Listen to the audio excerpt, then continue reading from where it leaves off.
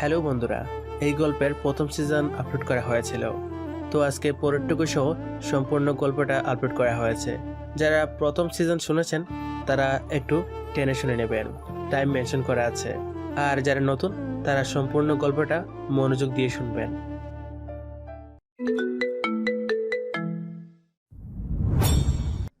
দরজাটা লক করে দিলাম লিজা। এখন আর চিৎকার করে লাভ নেই। এই রুমের সাউন্ড প্রুফ কাঁচ বেদ করে তোমার গলার আওয়াজ নিচে যাবে না। খাটের কোনায় অভাবে জুবুতুবু হয়ে বসে আছো কেন? বাসর করে বউরা স্বামীর জন্য অপেক্ষা করে, আর তুমি এমন করছো যেন আমি জল্লাদ। তুমি জল্লাদের চেয়েও খারাপ। প্লিজ আমার দিকে ওভাবে তাকিও না। আমি তোমাকে ঘৃণা করি। কতদিন ধরে নানাভাবে আমাকে বিরক্ত করেছো, আর আজ সোজা জবরদস্তি বিয়ে। আমাকে যেতে দাও ফারাবি, ভাই পড়ি তোমার। আমি তোমাকে ভালোবাসি, কিন্তু এইভাবে বিয়ে আমি মানি না।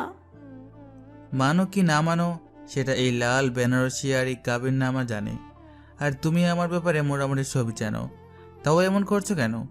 আমি এটাও জানি তুমিও আমাকে একটু একটু ভালোবাসো। এখন এত নাটক না করে উঠে এসো। অনেক রাত হয়েছে, এবার একটু আদর করা দরকার। তোমার এই লাল শাড়িতে তোমাকে আগুনের মতো লাগছে, আর আমি তো সেই পতঙ্গ যে আগুনে জাপ দিতেই পছন্দ করে। না, খবরদার কাছে আসবে না। যদি আমাকে স্পর্শ করো, আমি আমি নিজের জীব কামড়ে মরে যাব। তোমার মতো পশুর ছোঁয়া পাওয়ার চেয়ে মরে যাওয়া ভালো। মরবে এত সহজে? আমি তো তোমাকে মারার জন্য এত কাঠখড় পুরাইনি। কাছে এসে বলছি। আচ্ছা, সোজা কথায় কাজ হবে না বুঝলাম। তোমার এই বাড়ি গয়নাগুলো খুলতে কষ্ট হচ্ছে তাই না? দাঁড়াও, আমি সাহায্য করছি, হাত সরাও।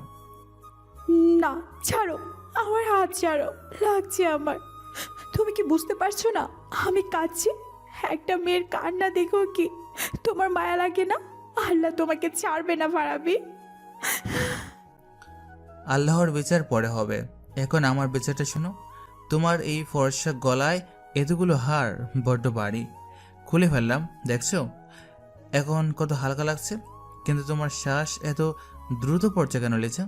ভয়ে নাকি উত্তেজনায়? কাঁপছো কেন? আমি তো বাঘ বা লুক না যে খেয়ে ফেলবো, যদিও খাবার মতো জিনিস তুমি। ছি, কত নিচু তুমি! আমি কি এই ফারাবিকে ভালোবেসেছিলাম? তোমার মুখে এসব কথা! উফ, ছাড়ো, শাড়ির আঁচলটা টানবে না প্লিজ। আমার লজ্জা করছে। তোমার পায়ে পড়ি ফারাবি, আজকের রাতটা অন্তত আমাকে মাফ করো। আমি মানসিকভাবে প্রস্তুত না। একটু তুমি সময় দাও। মানসিক প্রস্তুতি দিয়ে সংসার চলে না। আমি যা চাই তা এখনই চাই। এই যে ব্লাউজের ফিতাটা বড্ড শক্ত গির দিয়েছে, ছিঁড়ে ফেললে কি রাগ করবে? থাক, চিরলাম না, আস্তে আস্তে খুলে। তোমার পিঠটা এত ঠান্ডা কেন লিজা? বরফের মতো ঠান্ডা। দাঁড়াও, আমি গরম করে দিচ্ছি। না ফারাবি, প্লিজ। প্লিজ বলে লাভ নেই, আমার ধৈর্য শেষ। তোমার এই বাধা দেওয়াটা আমাকে আরও পাগল করে দিচ্ছে। যত ছটপট করবে তত ব্যথা পাবে। তার চেয়ে বরং শান্ত হও, আমার চোখের দিকে তাকাও। দেখছো না আগুন জ্বলছে? এই আগুন আজ তোমাকে ছাড় দিবে না। উফ, ছাড়ো আমার ঠোঁট। আহ, তুমি রক্ত বের করে দিলে। পশুর মতো কেন কামড়াচ্ছ কেন? আমাকে ঘৃণা করতে বাধ্য করবে না ফারাবি, প্লিজ। ঘৃণা তো তুমি করোই, আমি শুধু সে ঘৃণার মধ্যে আমার নামটা খোদাই করে দিচ্ছি। তোমার ঠোঁটের রক্ত আমার কাছে অমৃতের মতো। চুপ, আর একটা কথাও নাও, আমাকে আমার মতো করে নিতে দাও। তোমার গলায় এই বাসটা কি দারুণ ঘ্রাণ তোমার শরীরের, মাথাল করে দিচ্ছে আমাকে। নড়বে না লিজা, একদম নড়বে না। আল্লাহ, আমি মরে যাচ্ছি। এত জোরে কেন চাপছো? আমার হাড়গোড় ভেঙে যাবে। দোহাই তোমার, একটু আস্তে প্লিজ। আমি আর পারছি না, মাগো। ভেঙে যাক, আজ সব ভেঙে যাক। শাড়ির এই অংশটা বড্ড ঝামেলা করছে তোর। সরালাম। দেখো, আয়নায় নিজেকে দেখো একবার। আমার হাতের চাপ তোমার ফর্সা পিঠে কেমন লাল হয়ে বসে যাচ্ছে। এটা ব্যথা না লিজা, এটা আমার সিগনেচার। এখন থেকে এই শরীরে অন্য কারো নজর পড়লে আমি পৃথিবী ঝালিয়ে দেব। তুমি তুমি মানুষ না, তুমি একটা রাক্ষস। আমার লজ্জা করছে। আলোটা অন্তত নিভিয়ে দাও প্লিজ ফারাবি। আমাকে এভাবে দেখো না। আলো কেন নে বাবু, অন্ধকার তো আমার ভেতরে। আমি তোমাকে আলোতেই দেখতে চাই। তোমার প্রতিটা তিল, প্রতিটা বাজ আমি মুখস্থ করবো আজ। তোমার বুকের দরফরানি আমি শুনতে পাচ্ছি। ভয় নাকি একটু হলো আমার জোয়া তোমাকে অবশ করেছে? মিথ্যা বলবে না, তোমার শরীর কিন্তু অন্য কথা বলছে। না না, মিথ্যা কথা। আমি অবশ্য হচ্ছি না। আমি শুধু চাইছি এই রাত শেষ হোক। আস্তে, ওখানে না প্লিজ। কোথাও না? এখানে নাকি এখানে? তোমার বাধা দেওয়ার শক্তি কমে আসছে লিজা। তুমিও জানো তুমি আমার এই যে, তোমার কানের কাছে নিঃশ্বাস ফেললে তুমি এমন করে কেঁপে ওঠো। কেঁপে ওঠো কেন? আমাকে আঁকড়ে ধরো, নখ দিয়ে খামচে ধরো আমাকে। আমি চাই তুমি আমাকে ব্যথা দাও। আজ রাতেই আমরা দুজনেই পড়ব। আমি তোমাকে কোনো দিন মাফ করব না, কোনো দিন না। মাপ তো আমি চাইনি জান, আমি তোমাকে চেয়েছি। আর যা আমি চাই তা আমি ছিনিয়ে নিই। এখন চোখ বন্ধ করো। বাকিটা কথা বললে হবে না, অনুভব করা হবে। এরপর শুরু হয় আসল যুদ্ধ। এই হলো আমাদের আজকের গল্পের নায়ক ফারাবি আর নায়িকা লিজা। বাকিটুকু পরিচয় গল্প জুড়ে থাকলেই বুঝবেন। এরকমটা নয় যে লিজা তাকে ভালোবাসে না, লিজাও তাকে চায়, কিন্তু এই সময় বা এইভাবে জোর করে নয়। যুদ্ধ শেষ হয় রাত 2:30 গুলশান এভিনিউ এটা। ফারাবি এম্পায়ার্সের রুফটপ পেন্ট হাউস, গুলশানের সবচেয়ে উঁচু টাওয়ারের পেন্ট হাউস।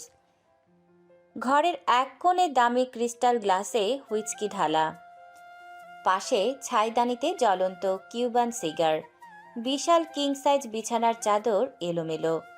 লিজা উপর হয়ে শুয়ে আছে, পিঠের উপর দিয়ে সিল্কের চাদরটা খসে পড়েছে। তার কাঁধে ও পিঠে লালচে দাগ, ভালোবাসার চেয়েও বেশি কিছু, এক ধরনের বন্য অধিকারের চিহ্ন। ফারাবি জানালার সামনে দাঁড়িয়ে আছে, পরনে কালো ট্রাউজার, শার্টের সব বোতাম খোলা। সে বাইরের শহরের দিকে তাকিয়ে আছে। ঘুমালে না? ঘুম আমার জন্য না লিজা, ঘুম তো তাদের জন্য যাদের বিবেক পরিষ্কার অথবা যাদের হারানোর কিছু নেই। আমার দুটোর কোনোটিই নেই। কিসের এত ভয় তোমার ফারাবি?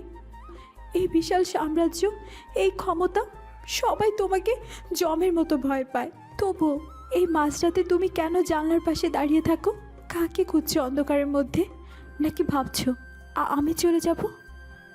কাউকে খুঁজছি না, আমি শুধু দেখছি এই শহরটা একটা জঙ্গল। এখানে যে ঘুমিয়ে পড়ে তাকে শিয়াল কুকুর ছেড়ে খায়। আমি তো ঘুমাতে পারি না, আমি ঘুমালে তুমি নিরাপদ থাকবে না। আমি তো নিরাপদই আছি। তোমার এই কাচের প্রাসাদে আমাকে কে স্পর্শ করবে? আর আমি কোথায় যাব? আমার ফেরার সব রাস্তা তো তুমি বন্ধ করে দিয়েছো। বাবা জেলে, সমাজ আমাকে নষ্টা বলে জানে। পালিয়ে যাওয়ার কথা বলেও ভাববে না। তুমি জানো আমি কি করতে পারি। তুমি পৃথিবীর যে প্রান্তেই লুকাও না কেন, আমি খুঁজে বের করবই।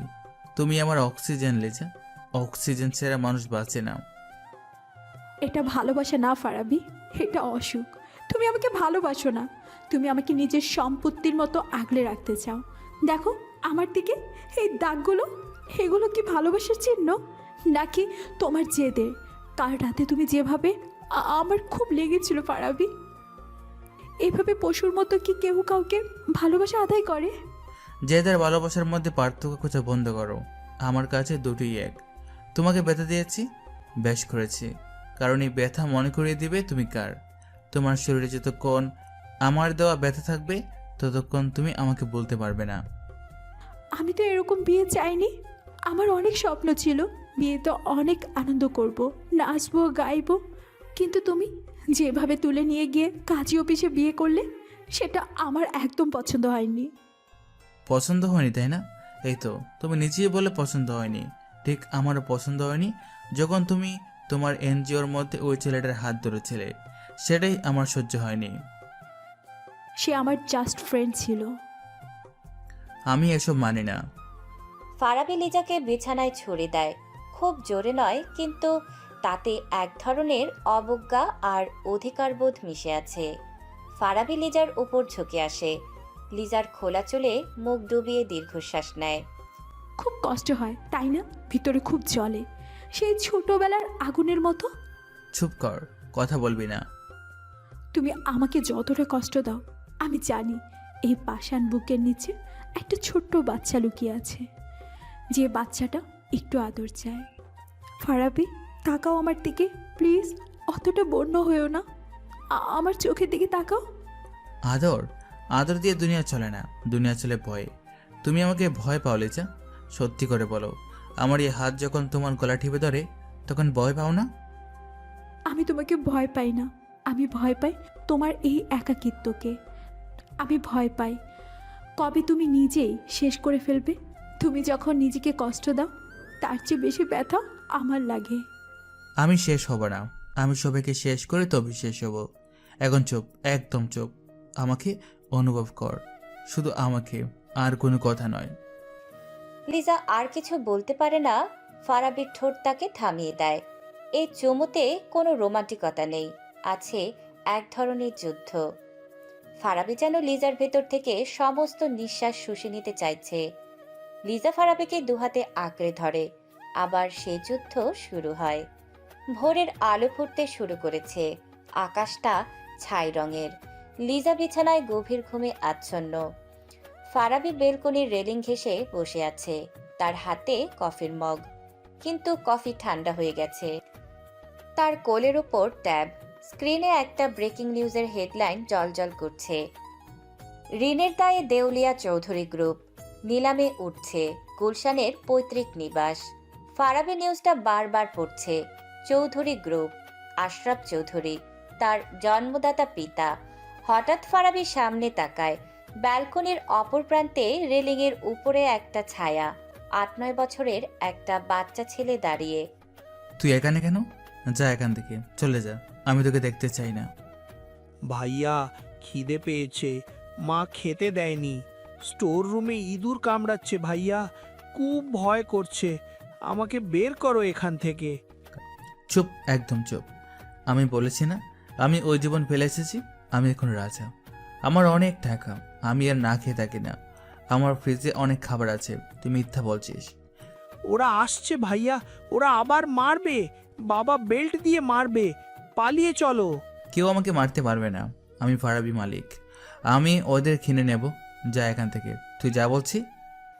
উন্মাদ হয়ে হাতের কফির মগটা সজোরে ফ্লোরে আছাড় মারে ফারাবি। মগটা ভেঙে চুরমার হয়ে যায়। বিকট শব্দে কাচের টুকরো ছড়িয়ে পড়ে। ফারাবির হাতে একটা কাচের টুকরো গেঁথে গিয়ে রক্ত ঝরতে শুরু করে।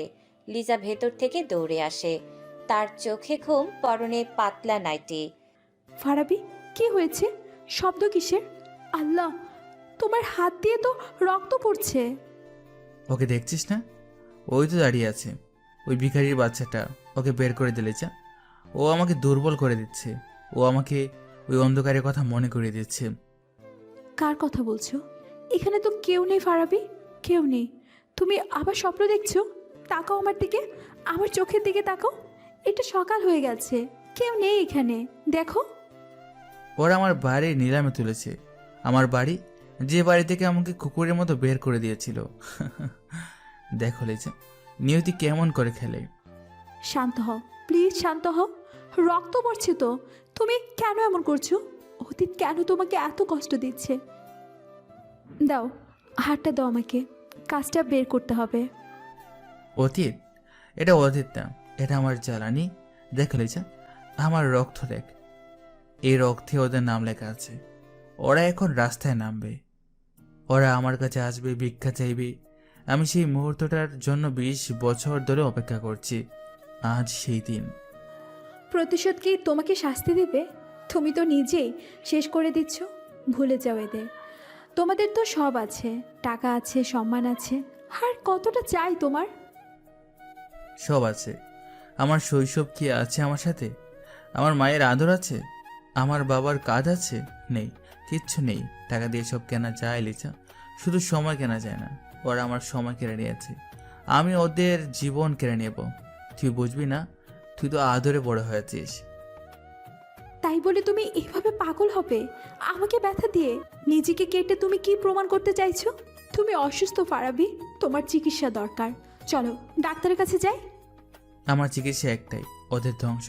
আর তুই তুই যদি আমার পথে বাধা হয়ে দাঁড়াস, তোকেও আমি চিনব না। এখন যা, ফার্স্ট এড বক্স নিয়ে আয়। আজ অনেক কাজ। আজ শিকদারকে বোঝাতে হবে ঢাকা শহরে কার রাজত্ব চলে, যা বলছি। ফারাবি আবার রেলিংয়ের দিকে তাকায়। বাচ্চাটি আর নেই, শুধু ভোরের ঠান্ডা বাতাস তার রক্তমাখা হাতে এসে লাগছে।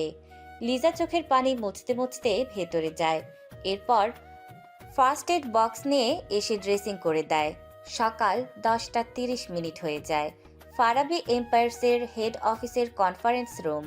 অফিসটা আধুনিক, কালো আর ধূসর রঙের ইন্টেরিয়র।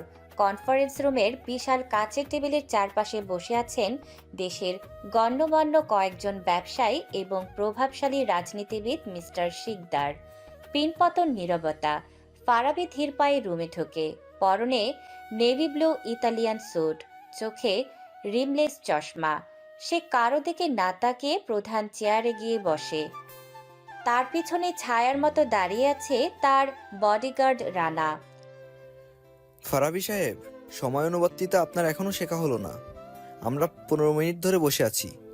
বড় ব্যবসায়ী হলেই কি আপনার আদব কায়দা ভুলে যেতে হবে? আর শুনলাম আপনি নাকি লোকজনকে সাইটে ঢুকতে দেননি। মিস্টার শিকদার, বাঘ যখন শিকারে বের হয় তখন গড়ি দেখে না। আর আমার সময় কেনা বা বেচা দুটোই আপনার সাধ্যের বাইরে। এবার কাজের কথায় আসুন। সাইডে কুকুর ঢুকলে তো সিকিউরিটি আটকাবে। ফারাবি সাহেব, প্লিজ শান্ত হন। ব্রিজ প্রজেক্টের টেন্ডারটা তো ওপেন বিডিং হওয়ার কথা ছিল। শুনলাম আপনি নাকি মিনিস্ট্রি থেকে ফাইল গায়েব করে দিয়েছেন। এটা তো আইনত দণ্ডনীয়। আমরা তো ব্যবসায়িক নিয়ম মেনে চলতে চাই। আইন? রহমান সাহেব, আইন তো মাকড়সার জাল। ছোটরা আটকে যায়, বড়রা ছিঁড়ে বেরিয়ে যায়। আমি ফাইল গায়েব করিনি, আমি শুধু আবর্জনা পরিষ্কার করেছি। ওই টেন্ডার আমার, এটা নিয়ে আর কোনো কথা হবে না। মুখ সামলে কথা বলবেন। আমি এই এলাকার এমপি। টেন্ডার আমার ভাগ্নে পাবে, এটাই ফাইনাল। আপনি সরে দাঁড়ান, নইলে আপনার ব্যবসার লাইসেন্স বাতিল করতে আমার 2 মিনিট লাগবে না। আপনি ভুলে যাচ্ছেন আপনি কার সাথে কথা বলছেন। রুমের সবাই শ্বাস বন্ধ করে ফেলে। কেউ ফারাবির সাথে এভাবে কথা বলার সাহস করে না। ফারাবি তার চশমাটা খুলে টেবিলে রাখে। তারপর পকেট থেকে একটা টিস্যু বের করে খুব যত্ন করে চশমার কাচ মুছতে থাকে। রানা, মিস্টার শিকদার সম্ভবত তৃষ্ণার্ত, ওনাকে পানি খাওয়াও। গলার স্বরটা বড্ড উঁচুতে উঠে গেছে। জি বস। কথাটা শেষ হতে না হতেই রানা এগিয়ে গিয়ে শিকদারের চুলের মুঠি ধরে। শিকদার কিছু বুঝে ওঠার আগে রানা তার মাথাটা সজোরে মেহগুনি কাঠের টেবিলে ঢুকে দেয়। ধপাস একটা বীভৎস শব্দ হয়। সাথে সাথে শিকদারের নাক ফেটে রক্ত ছিটকে পড়ে ফাইলের ওপর। শিকদার যন্ত্রণায় চিৎকার করে ওঠে। আল্লাহ, মেরে ফেললে? Police, police! আমার নাক ভেঙে গেছে, তোকে আমি দেখে নেব। আওয়াজ করবেন না, পুলিশ আসবে না। এই বিল্ডিংয়ের 10 তলা পর্যন্ত আমার নিয়ম চলে। রানা, মিস্টার শিকদারের পানি খাওয়া আছে নাকি আরও লাগবে? হয়েছে স্যার, আপাতত এইটুকুই যথেষ্ট। শুনুন শিকদার সাহেব, পলিটিক্স সংসদে করবেন, আমার কনফারেন্স রুমে না। আমি ব্যবসা করি না, আমি রাজত্ব করি। এই টেন্ডার আমার। আর যদি আপনার বাইকনা এর আশেপাশে আসে, তাহলে পরের বার আপনার মাথাটা টেবিলের বদলে টাকের চাকার নিচে থাকবে। তখন কিন্তু আর জোর লাগানো যাবে না। ক্লিয়ার? আপনি আপনি মানুষ না, শয়তান। দেশের একজন এমপিকে আপনি এভাবে মারলেন? Thank you. মানুষ হয়ে জন্মেছিলাম, কিন্তু আপনারা আমাকে শয়তান বানিয়ে দিয়েছেন। মিটিং শেষ, সবাই যার যার কাজে যান। আর হ্যাঁ, রহমান সাহেব, দাঁড়িয়ে আছেন কেন? জি জি ফারাবি সাহেব, কিছু বলবেন? আপনার মেয়ে লন্ডনে পড়ছে না? কুইন মেরি ইউনিভার্সিটিতে। সুন্দর মেয়ে, ফেসবুকে ছবি দেখলাম গতকাল। সাবধানে রাখবেন, ওই লন্ডনের আবহাওয়া খুব খারাপ, কখন যে অ্যাক্সিডেন্ট হয়ে যায় বলা তো যায় না। না না প্লিজ, টেন্ডার আপনার, আমাদের কোনো আপত্তি নেই। আমার মেয়ের কোনো ক্ষতি করবেন না প্লিজ, ও তো বাচ্চা মেয়ে। গুড, বুদ্ধিমান মানুষের সাথে কাজ করতে ভালো লাগে আমার। রানা রুমটা পরিষ্কার করে ফেল, রক্তের গন্ধে আমার মাথা করে। আর শিকদার সাহেবকে লিফট পর্যন্ত এগিয়ে দিয়ে এসো, উনি হাঁটতে পারছেন না। ফারাবি রাজকীয় ভঙ্গিতে বেরিয়ে যায়। পিছনে পড়ে থাকে আহত শিকদার আর ভীত সন্ত্রস্ত একদল ব্যবসায়ী। দুপুর 2টা। ফারাবির প্রাইভেট অফিসের কেবিন। অফিসের সবাই যখন ফারাবির ভয়ে তটস্থ, তখন একমাত্র লিজাই বিনা অনুমতিতে তার কেবিনে ঢুকতে পারে। লিজা একটা এনজিওর মিটিং শেষ করে এসেছে। কেবিনের দরজা খুলে লিজা দেখে ফারাবি বিশাল সোফায় শুয়ে আছে, তার এক হাত চোখের উপরে রাখা। লিজা শব্দ না করে ভেতরে ঢোকে। ফারাবি গভীর ঘুমে, কিন্তু তার কপালে চিন্তার ভাঁজ। মা, দরজা খুলো মা, অন্ধকার ভয় লাগে। আর খাবো না মা, প্লিজ ওই লাঠিটা দিয়ে মেরো না, খুব লাগছে মা। লিজার বুকের ভেতরটা মোচড় দিয়ে ওঠে। সকালে যে লোকটা একজন এমপির মাথা ফাটিয়ে দিয়েছে, দুপুরে সে ঘুমের মধ্যে মায়ের কাছে মাফ চাইছে। লিজা আলতো করে ফারাবির কপালে হাত রাখে। এত ভয় তোমার মনে? এত কষ্ট নিয়ে কিভাবে বাঁচো তুমি ফারাবি? আমাকে একটু ভাগ দিতে পারো না? আমি তো নিতে রাজি আছি। যেও না, আমাকে রেখে যেও না, সবাই চলে যায়, তুমিও যেও না। আমি কোথাও যাচ্ছি না, আমি এখানেই আছি, তোমার কাছে, তোমার নিঃশ্বাসের কাছে। ফারাবি ধীরে ধীরে চোখ খোলে। প্রথম কয়েক সেকেন্ডে সে লিজাকে চিনতে পারে না, তার চোখে ঘোর। তারপর সে উঠে বসে। কখন এসেছো? কেউ আটকায়নি? আমার ঘুমটা ভেঙে দিলে তো। তোমার সিকিউরিটি আমাকে চেনে, আর আমি তো চোর না যে আটকাবে। লাঞ্চ করেছো নাকি আজও না খেয়ে আছো? ক্ষুধা নেই। তুমি এখানে কেন? এনজিওর ফ্রান্ট দরকার? চেক বইটা ড্রয়ারে আছে, তোমার মন মতো করে লিখে নিয়ে অ্যামাউন্ট, যত টাকা লাগে নিয়ে নাও, আমাকে বিরক্ত করো না। সব কিছুকে টাকা দিয়ে বিচার করো কেন তুমি? আমি কি তোমার কাছে টাকা চাইতে এসেছি? আমি এসেছি কারণ সকালে রানার কাছে শুনলাম তুমি কি করেছো। তুমি শিকদার সাহেবকে এভাবে মারলে কেন? রানাটা বেশি কথা বলে, জিবা কেটে দিতে হবে তার। তা কি শুনেছো? আমি খুব খারাপ? পিশাচ? হ্যাঁ, আমি পিশাচ, তাতে তোমার কি? আমি শুনেছি তুমি তার নাক ফাটিয়ে দিয়েছো। ফারাবি, তুমি কি জানো এটা কতটা রিস্কি? ওরা তোমাকে ক্ষতি করতে পারে। ওরা পলিটিশিয়ান, ওদের হাত অনেক লম্বা। ওরা আমার কিচ্ছু করতে পারবে না। কিন্তু তুমি কেন আমার জন্য চিন্তা করো? আমি তো তোমাকে জোর করে বিয়ে করেছি, তোমার তো খুশি হওয়ার কথা। আমি মরলে তুমি তো আমাকে ঘৃণা করো। হ্যাঁ, তুমি আমাকে জোর করে বিয়ে করেছো, আমাকে অনেক কষ্ট দিয়েছো, কিন্তু আমি তো তোমাকে মরতে দিতে পারি না। কারণ আমি দেখেছি ওই কঠিন খোলসটার নিচে একটা মানুষ আছে, যে শুধুই ভালোবাসার কাঙাল, যে মানুষটা ঘুমের মধ্যে মাকে খুঁজে। ভালোবাসা? লিজা, আমার জন্য মায়া দেখিও না। মায়া মানুষকে দুর্বল করে দেয়, আর আমি দুর্বল হতে চাই না। দুর্বল হলে এই শহরে টিকে থাকা যায় না। দুর্বল হলে সমস্যা কি? সবার সামনে না হোক, আমার সামনে তো হতে পারো। আমি তোমার স্ত্রী ফারাবি, তোমার শত্রু না। নাও, হা করো, নিজের হাতে রেঁধে এনেছি তোমার ফেভারিট খিচুড়ি আর মাংস, অনেক যত্ন করে রেঁধেছি। আমি খাবো না, সরিয়ে নাও এগুলো, আমার খিদে নেই। খেতেই হবে, ছোটবেলায় মা খাওয়াতো না বলে এখন খাবে না? এখন তো আমি আছি, আমি খাওয়াবো। হা করো প্লিজ, আমার দিকে তাকিয়ে অন্তত এক লোকমা খাও। ফারাবি কয়েক সেকেন্ড লিজার হাতের দিকে তাকিয়ে থাকে। তার মনে পড়ে স্টোর রুমের সেই দিনগুলো। সে মুখ খোলে, লিজা খাইয়ে দেয়। ফারাবি চিবোতে চিবোতে লিজার দিকে তাকিয়ে থাকে। তার চোখে কি একটু জল চিকচিক করলো। খিচুড়িতে লবণ কম হয়েছে, মাংসটা একটু শক্ত। আচ্ছা বাবা, পরের বার ঠিক করে দেব, এখন চুপচাপ খাও। আর শোনো, আজ রাতে তাড়াতাড়ি ফিরবে, আমি অপেক্ষা করব, একা থাকতে ভয় লাগে। লিজা, অতীত কিন্তু ফিরে আসছে সুনামির মতো। যদি আমি ডুবে যাই, তুমি কি আমার হাত ধরে রাখবে, নাকি আমাকে ডুবতে দেখে পাড়ে দাঁড়িয়ে হাসবে? শেষ নিঃশ্বাস পর্যন্ত তোমার হাত ধরে রাখ। সুনামিতে ভাসলে দুজনে একসাথেই ভাসবো। অফিসের কাচের দেয়াল ভেদ করে দুপুরের রোদ এসে পড়ে তাদের ওপর। কিন্তু লিজা জানে না ফারাবির বলা সেই সুনামি বা তার বাবা মা দরজার ওপাশেই অপেক্ষা করছে সবকিছু তছনছ করে দেওয়ার জন্য। ফারাবি খেতে খেতে ২০ বছর আগের কথাগুলি ভাবছে। আজ এই বেটি তাকে খাইয়ে দিচ্ছে, তার যত্ন নিচ্ছে, কিন্তু সেদিন কেউ তার যত্ন নেয়নি। দর্শক, চলুন আপনাদেরকে একটু ফ্ল্যাশব্যাক থেকে ঘুরিয়ে নিয়ে আসি। ফ্ল্যাশব্যাক ২০ বছর আগের এক সন্ধ্যা, বনানীর এক অভিজাত ডুপ্লেক্স বাড়ি। পুরো বাড়ি রঙিন আলোয় সাজানো, বসার ঘরে বিদেশি পারফিউম আর কেকের মিষ্টি গন্ধ।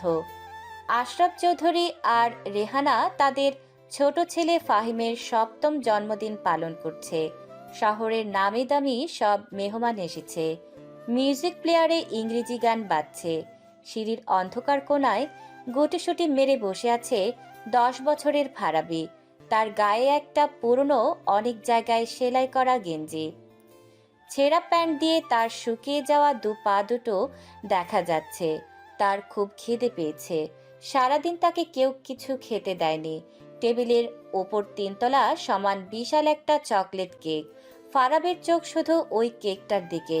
তার মনে হলো এক আঙুল একটু ক্রিম যদি সে মুখে দিতে পারত। ফারাবি ভয়ে ভয়ে সিঁড়ি দিয়ে নামে। কেউ তার দিকে তাকাচ্ছে না। সে ধীর পায়ে টেবিলের কাছে যায়, হাতটা বাড়ায় কেকের দিকে। এই, কি করছিস তুই? হাত সরা। তোর সাহস কি করে হলো ফাহিমের কেকে হাত দেওয়া? অপয়া ছেলে কোথাকার! পুরো ঘর নিস্তব্ধ হয়ে যায়। গান বন্ধ করে দেওয়া হয়। ফারাবি ভয়ে কুঁকড়ে যায়, হাতটা চট করে সরিয়ে নেয়। মা, আমি খাইনি মা, শুধু একটু দেখছিলাম। খুব খিদে পেয়েছে মা। আশরাফ চৌধুরী ভিড় ঠেলে সামনে আসে। তার হাতে একটা মদের গ্লাস ছিল, সেটা টেবিলে ধপাস করে রাখে। তোকে আমি বলেছিলাম না মেহমানদের সামনে আসবি না? তোকে স্টোর রুমে থাকতে বলেছিলাম না? আমাদের মান সম্মান ডুবিয়ে ছাড়বি তুই।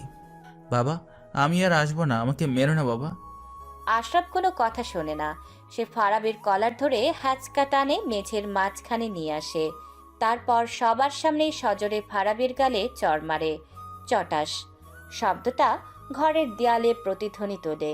ফারাবি ছিটকে পড়ে যায়, তার ঠোঁট ফেটে রক্ত বের হয়।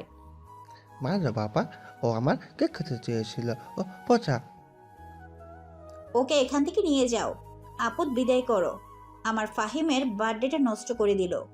দাঁড়া, আজ তোকে আমি শিক্ষা দেব। জন্মদিনের পার্টি শেষ হোক, তারপর তোর ব্যবস্থা করছি। আশরাফ ফারাবিকে চুলের মুঠি ধরে টেনে হিচড়ে দোতলার স্টোররুমের দিকে নিয়ে যায়। ফারাবি হাত পা ছুটছে, কিন্তু বাবার শক্তির কাছে সে তুচ্ছ। বাবা, মাফ করে দাও, আর করব না প্লিজ বাবা। স্টোর রুমের দরজা দড়াম করে বন্ধ হয়। ভেতর থেকে বেল্টের সপাং সপাং শব্দ আসতে থাকে, সাথে ফারাবির বুক ফাটা আর্তনাদ। বাইরে তখন আবার জোরে মিউজিক ছেড়ে দেওয়া হয়েছে। পার্টির হই হুল্লোড়ে চাপা পড়ে যায় একটা 10 বছরের বাচ্চার কান্না। সে রাতে ফারাবিকে আর খেতে দেওয়া হয়নি। ইঁদুর আর তেলাপোকার সাথে অন্ধকার ঘরে সে ফুপিয়ে ফুপিয়ে কেঁদেছে। এই ছিল তার অতীতের ছোট একটা ফ্ল্যাশব্যাক। বাকিটুকু আরও পরে জানতে পারবেন এরপর কি হয়েছিল। বর্তমান 3 দিন পর ফারাবি এম্পায়ার সিইউ এর কেবিন। 3 দিন আগের সেই ঝড়ের রেশ এখনও কাটেনি। তবে ফারাবি এখন শান্ত। সে তার রিভলভিং চেয়ারে বসে বাইরের আকাশ দেখছে। হঠাৎ ইন্টারকমটা বেজে ওঠে। স্যার, রিসেপশনে মিস্টার আশরাফ চৌধুরী এবং মিসেস রোহানা চৌধুরী এসেছেন। ওনাদের কোনো অ্যাপয়েন্টমেন্ট নেই, কিন্তু খুব অনুরোধ করছেন আপনার সাথে দেখা করার জন্য। বলেছেন খুব জরুরি। পাঠাও। আর শোনো, কবে দিতে হবে না, শুধু পানি দিও প্লাস্টিকের গ্লাসে। কিছুক্ষণ পর দরজা খুলে ভেতরে ঢোকে আশরাফ চৌধুরী আর রেহানা। 20 বছরে তারা অনেক বড় হয়ে গেছে। আশরাফের সেই দম্ভ নেই, পিঠটা একটু কুঁজো হয়ে গেছে। রেহানার চুলে পাক ধরেছে। তারা ভয়ে ভয়ে ভেতরে ঢোকে। ফারাবের চেয়ার ঘুরিয়ে তাদের দিকে তাকায় না, জানালার দিকেই তাকিয়ে থাকে। আসসালামু আলাইকুম স্যার, আমি আশরাফ চৌধুরী, চৌধুরী গ্রুপের চেয়ারম্যান। মানে ছিলাম। বসুন, সময় কম আমার হাতে। কি জন্য এসেছেন? বাবা, আমরা খুব বিপদে পড়ে এসেছি। আপনি তো দেশে এত বড় বিজনেসম্যান, আপনার দয়ার কথা সবাই জানে। ফারাবি ধীরে ধীরে চেয়ারটা ঘুরিয়ে তাদের মুখোমুখি হয়। চোখে কালো চশমা, তাই চোখ দেখা যাচ্ছে না। দয়া শব্দটা আমার ডিকশনারিতে নেই মিসেস চৌধুরী। সোজাসুজি বলুন কে চান? স্যার, ব্যাংক আমাদের গুলশানের বাড়িটা নিলামে তুলেছে। ওটা আমাদের পৈতৃক সেটা শুনলাম। আপনার কোম্পানি সেটা কেনার জন্য বিড করেছে। আপনি যদি দয়া করে বাড়িটা কিনে আমাদের থাকতে দিতেন, আমরা লোন শোধ করে দেব আস্তে আস্তে। আপনারা দেউলিয়া, লোন শোধ করবেন কি দিয়ে? কিডনি বেচবেন নাকি ছেলের রক্ত? এসব কি বলছেন বাবা? আমাদের ছোট ছেলেটা, ও তো বেকার। আমাদের আর কোনো সম্বল নেই। আপনাদের আর ছেলে নেই? ছিল, সে অনেক বছর আগে হারিয়ে গেছে। ওর কথা বাদ দিন স্যার। আপনি কি আমাদের সাহায্য করবেন? আমরা রাস্তায় নেমে যাব নইলে।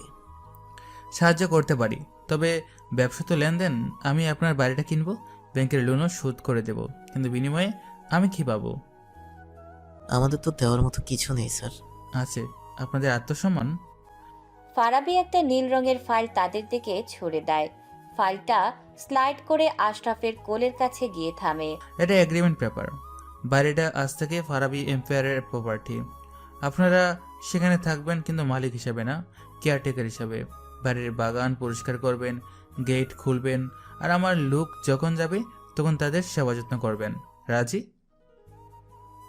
এটা আপনি কি বলছেন? আমরা ওই বাড়ির মালিক ছিলাম, এখন চাকর থাকবো? রাস্তায় ভিখারি হয়ে থাকার চেয়ে নিজের পুরনো বাড়িতে চাকর হয়ে থাকা ভালো না? চয়েস আপনাদের। সই করলে করুন, নইলে গেট ওই দিকে। ব্যাংক কিন্তু কালকে আপনাদের গাড় ধাক্কা দিয়ে বের করে দেবে। পরে এমনিতেই ওই বাড়ি আমার হবে, তখন আমিও তার ধাক্কা দিয়ে বের করে দেব। আমরা রাজি স্যার, আমরা রাজি। আল্লাহ আপনার ভালো করুক। আল্লাহ আমার ভালো করবে কিনা জানি না, তবে আপনাদের বিচার শুরু করে দিয়েছেন। আশরাফ চৌধুরী কাপা হাতে কলম নিয়ে দলিলে সই করে। রেহানাও সই করে। তারা জানে না তারা তাদের সেই অপয়া ছেলের কাছেই মাথা নত করল। ফারাবি চশমার আড়াল থেকে তাদের অপমানিত মুখগুলো দেখছে। অদ্ভুত এক শান্তি, আবার অদ্ভুত এক জ্বালা। গুড, কাল থেকে ডিউটি শুরু, দেরির জন্য না হয়। আপনারা আসতে পারেন। তারা মাথা নিচু করে বেরিয়ে যায়। ফারাবি চশমাটা খুলে টেবিলে রাখে।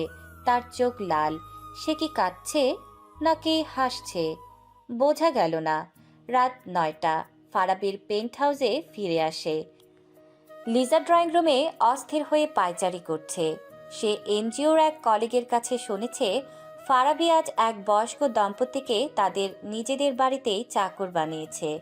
লিজা জানে না তারা কারা, কিন্তু কাজটা তার কাছে অমানবিক মনে হয়েছে। ফারাবি ঘরে ঢুকতেই লিজা তার সামনে গিয়ে দাঁড়ায়। তুমি মানুষ হবে না ফারাবি। আজ অফিসে যা করেছো সেটা কি কোনো সুস্থ মানুষের কাজ? বাসায় এসেও অফিসের কিছু ভালো লাগে না লিজা। সরে দাঁড়াও, গোসল করবো। না, আজ তোমাকে উত্তর দিতেই হবে। শুনেছি ওনারা বয়স্ক মানুষ, অসহায় হয়ে তোমার কাছে এসেছিলেন। তুমি তাদের প্রপার্টি কিনে নিয়ে আবার তাদেরই কেয়ারটেকার বানিয়েছো। তোমার বিবেকে বাঁধলো না? বিবেক দিয়ে বিজনেস হয় না জান, ওটা একটা ডিল ছিল, তারা মেনে নিয়েছে। তোমার এত দরদ কিসের? দরদ মানবতার জন্য। তারা তো কারো বাবা মা। তাদের বয়সে তোমার বাবা মাও হতে পারতো। ভাবো তো একবার, তোমার বাবা মায়ের সাথে কেউ এমন করলে তোমার কেমন লাগতো? বাবা মা শব্দটা শোনার সাথে সাথে ফারাবির মস্তিষ্কে যেন বিস্ফোরণ ঘটে। তার চোখ দপ করে জ্বলে ওঠে। সে লিজার হাতটা মুচড়ে ধরে তাকে সজোরে পেছনের দেয়ালের সাথে চেপে ধরে। লিজা ব্যথায় কুঁকড়ে ওঠে। মা বাবা, আমার মা বাবা? তুই জানিস আমার মা বাবাকে? জানিস তারা আমার সাথে কি করেছে? ফারাবি, লাগছে, ছাড়ো। তুমি পাগল হয়ে গেছো? হ্যাঁ, আমি পাগল। ওরা বৃদ্ধ, ওরা অসহায়। ওরা তখন কোথায় ছিল যখন আমি ডাস্টবিনের পচা বাদ খেয়ে বড় হয়েছি? কোথায় ছিল যখন এতিমখানায় বড় হুজুর আমাকে রাতের বেলা... ফারাবির কথাটা শেষ করতে পারে না, তার গলা ধরে আসে। শরীরটা থরথর করে কাঁপছে। তার হাত থেকে লিজার হাতের বাঁধন আলগা হয়ে যায়। ফারাবি দেয়ালে মাথা ঠেকিয়ে দাঁড়িয়ে থাকে। তার শ্বাস নিতে কষ্ট হচ্ছে। লিজা ফারাবির চোখের কোণে জল দেখতে পায়। সে রাগ ভুলে যায়। তার মনটা মমতায় ভরে ওঠে। ফারাবি, তুমি? আজ যারা অফিসে এসেছিল, ওই আশরাফ চৌধুরী আর রেহানা, ওরাই আমার জন্মদাতা। ওরাই আমাকে স্টোর রুমে ইঁদুরের সাথে আটকে রাখতো।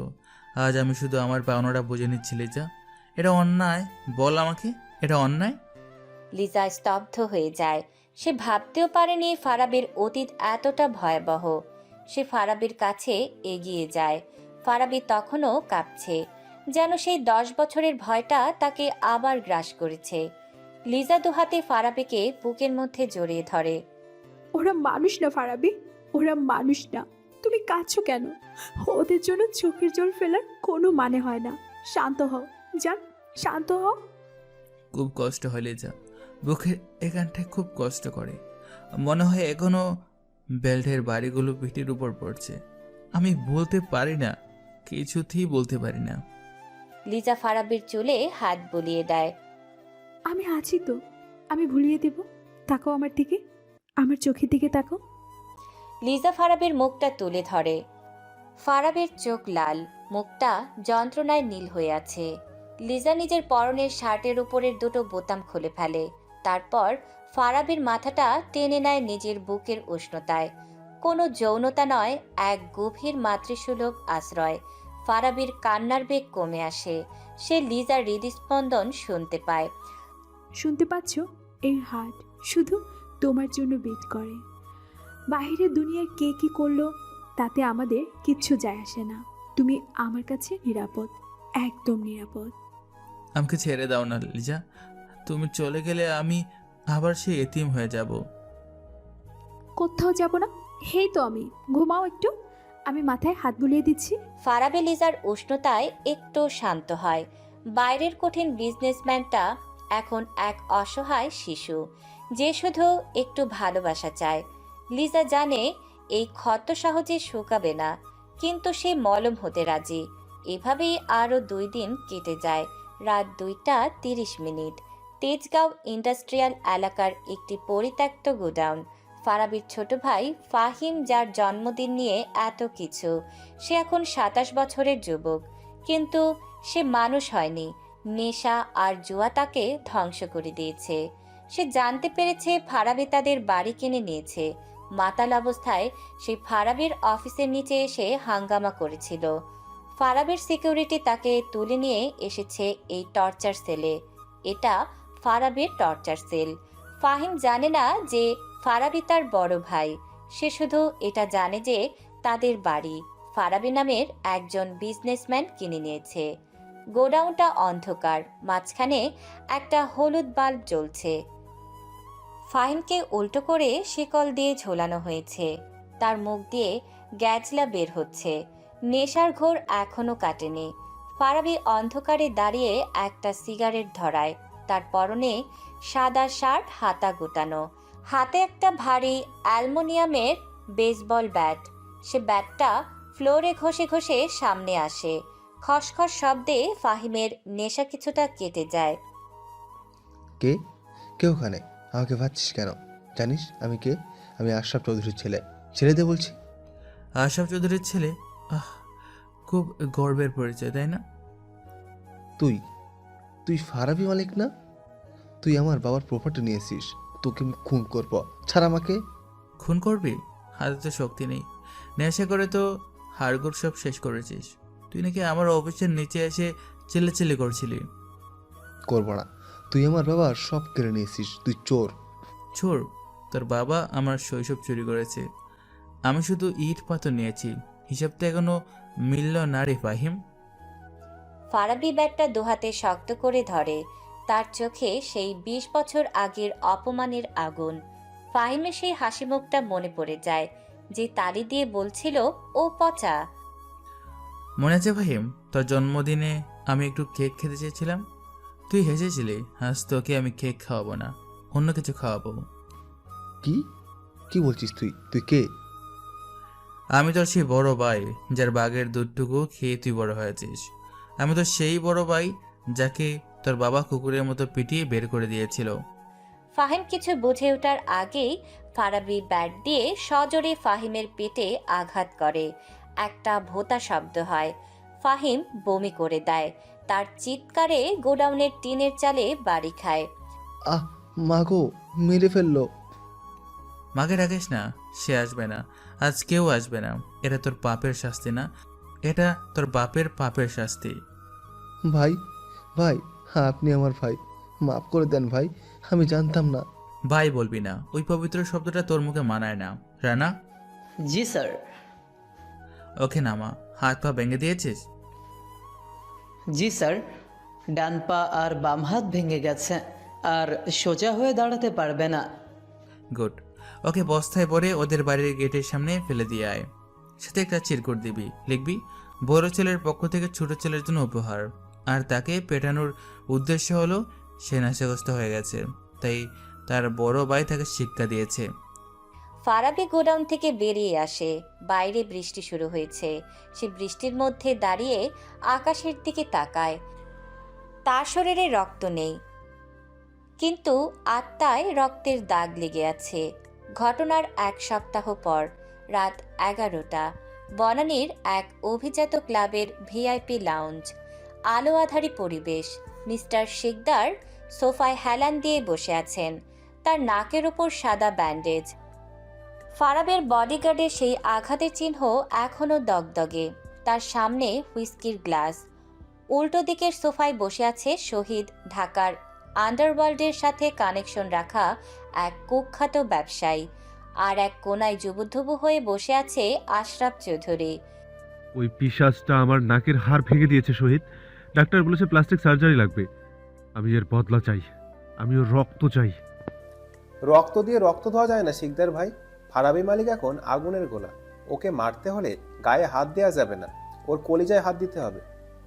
কলিজা? ওই শয়তানের কি কলিজা আছে? কত পাথর! আমার বাড়িটা কেড়ে নিল, আমাকে দিয়ে নিচের বাগান পরিষ্কার করায়। আমি আশরাফ চৌধুরী আজ মালির কাজ করছি।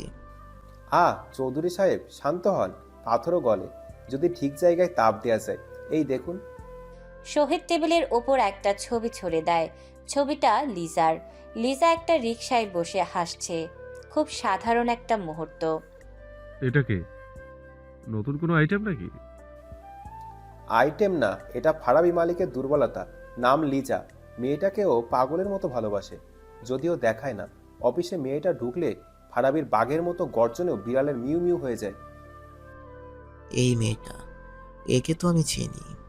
ওই দিন অফিসে ফারাবির কেবিনে ঢুকছিল, খুব রূপসী, কিন্তু ও তো ফারাবির বউ না। মানে বিয়ে তো শুনলাম গোপনে করেছে। বউ হোক আর প্রেমিকা, ফারাবি ওকে আগলে রাখে। আমরা যদি এই মেয়েটাকে সরাতে পারি, ফারাবি পাগল হয়ে যাবে। আর পাগল বাঘ মারা খুব সহজ। দারুণ, কালকেই কাজ হবে। চৌধুরী সাহেব, আপনি মেয়েটার মুভমেন্ট ট্র্যাক করবেন। কিন্তু ফারাবি যদি জানতে পারে? জানতে পারলে কি, ও এমনিতেও আপনাকে রাস্তায় নামিয়েছে। আর যদি আমাদের কাজ করে দেন, চৌধুরী ভিলা আবার আপনাকে ফিরিয়ে দেব, কথা দিলাম। ফিরিয়ে দেবেন? আমার বাড়ি? ঠিক আছে, আমি করব। ওই শয়তানের ধ্বংস দেখার জন্য আমি সব করতে পারি। চিয়ার্স। কাল ফারাবির কলিজায় হাত দেব আমরা।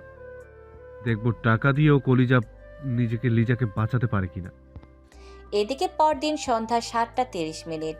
শহরের কোলাহল থেকে অনেক দূরে পূর্বাচলে ফারাবির প্রাইভেট ভিলা, নাম জলরং। গাছপালা দিয়ে ঘেরা এক আলিশান ভিলা। আজ লিজার জন্মদিন। ফারাবি অফিসের সব মিটিং ক্যান্সেল করে লিজাকে নিয়ে এখানে এসেছে। পুরো ভিলা মোমবাতি দিয়ে সাজানো। কিচেনে ফারাবি অ্যাপ্রন পরে রান্না করার চেষ্টা করছে। তার সারা মুখে ময়দা লেগে আছে। লিজা ডাইনিং চেয়ারে বসে হাসছে। হো মা, বাংলাদেশের টপ বিজনেসম্যান, যিনি এক ইশারায় শেয়ার মার্কেট ধসিয়ে দেয়, তিনি একটা রুটি গোল করতে পারছে না। এই অবস্থা তোমার। হাসবে না লিজা, বিজনেস প্ল্যান করা সহজ, কিন্তু এই আটা ময়দা কেমিস্ট্রি মেলানো খুব কঠিন। আর তুমি ওখানে বসে বসে শুধু কমেন্ট্রি দিচ্ছ। হ্যাঁ, একটু হেল্প তো করতে পারো। আজ আমার জন্মদিন, আজ আমি রানী। আর তুমি আমার বাবুর্চি, যাও তাড়াতাড়ি পাস্তাটা শেষ করো, আমার খিদে পেয়েছে। রানী সাহেবা, আপনার হুকুম শিরোধার্য। তবে বাবুর্চি কিন্তু পারিশ্রমিক হিসাবে টাকা নেবে না, অন্য কিছু নেবে। কি নেবে শুনি? খুব সাহস বেড়েছে তাই না? হুম হুম। সাহস তো আগে থেকে ছিল, এখন শুধু অধিকারটা বেড়েছে। রান্না শেষ, চলো আগে পুলে নামবো, ডিনার পরে। ভিলা সংলগ্ন বিশাল সুইমিং পুল, নীল আলো জ্বলছে পানির নিচে। লিজা একটা নীল রঙের গাউন পরেছিল, সেটা চেঞ্জ করে সুইমিং কস্টিউম পরতে লজ্জা পাচ্ছিল। ফারাবি জোর করে তাকে পুলে নামায়। লিজা এখন পানির নিচে, তার কাঁধ পর্যন্ত জল, ভেজা চুলে তাকে মায়াবী লাগছে। ফারাবি ধীরে ধীরে তার দিকে এগিয়ে যায়। একদম কাছে আসবে না বলছি, পানি খুব ঠান্ডা ফারাবি, তুমি নামলে আরও শীত করবে। পানি ঠান্ডা, কিন্তু আমি তো গরম, কাছে এলে সব ঠিক হয়ে যাবে। ইস, তোমার সব কথাতে এমন অসভ্যতা কেন থাকে বলো তো? হুম, একটু রোমান্টিক হতে পারো না? ওই যে সিনেমায় যেমন নায়ক গান গায়। গান গাইতে পারি না, তবে গান বানাতে পারি। তোমার এই বেজা চোখ, এই টুট, এগুলো দেখলে তো এমনিতেই মুখ দিয়ে কবিতা আসে। ওরে বাবা, কবি ফারাবি মালিক, তা কি কবিতা এলো শুনি? নাকি সব ভুয়া কথা? শোনো তবে, তোমার চোখে ডুব দিয়েছি, ফিরবো না আর কোলে। লিজা, তুমি আমার নেশা, সব দিয়েছি বলে। কেমন হলো? জঘন্য হয়েছে। ক্লাস 2 এর বাচ্চারাও এর চেয়ে ভালো ছড়া লেখে। আসো এদিকে, তোমার ময়দা মাখা মুখটা ধুয়ে দিই। লিজা ফারাবির গলা জড়িয়ে ধরে।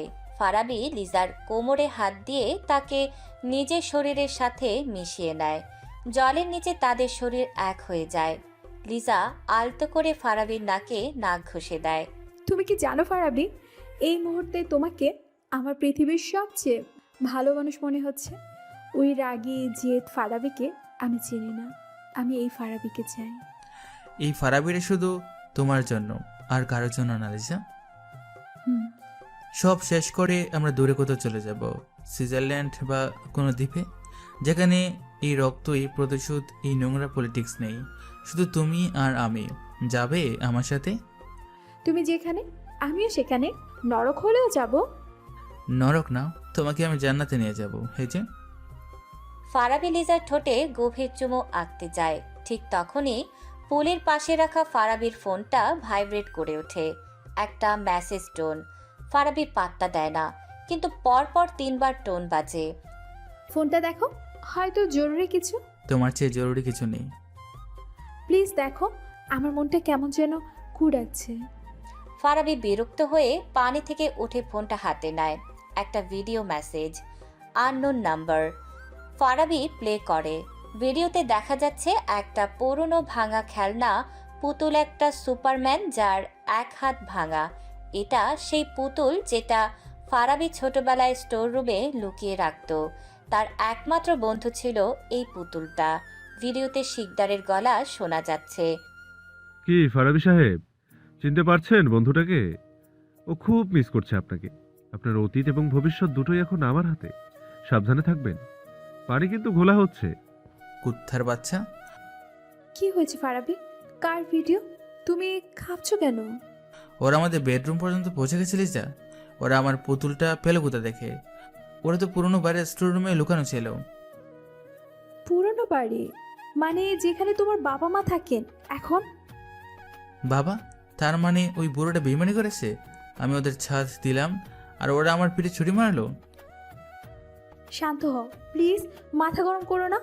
মাথা গরম না লিজা, এখন আর গরম হওয়ার সময় নেই, এখন জ্বলে ওঠার সময়। ওঠো, এখনই বের হতে হবে। পরদিন দুপুরে ফারাবি লিজাকে কড়া সিকিউরিটিতে রেখেছিল, কিন্তু লিজা জেদ করে তার এনজিওর এক কলিগের সাথে দেখা করতে যমুনা ফিউচার পার্কের শপিং মলে এসেছিল। ফারাবির অজান্তে সে বেরিয়েছিল। শপিং শেষ করে লিজা যখন গেট দিয়ে বের হচ্ছে, তখন রাস্তা কিছুটা ফাঁকা। হঠাৎ একটা কালো হাইস ভ্যান এসে লিজার সামনে ব্রেক কষে।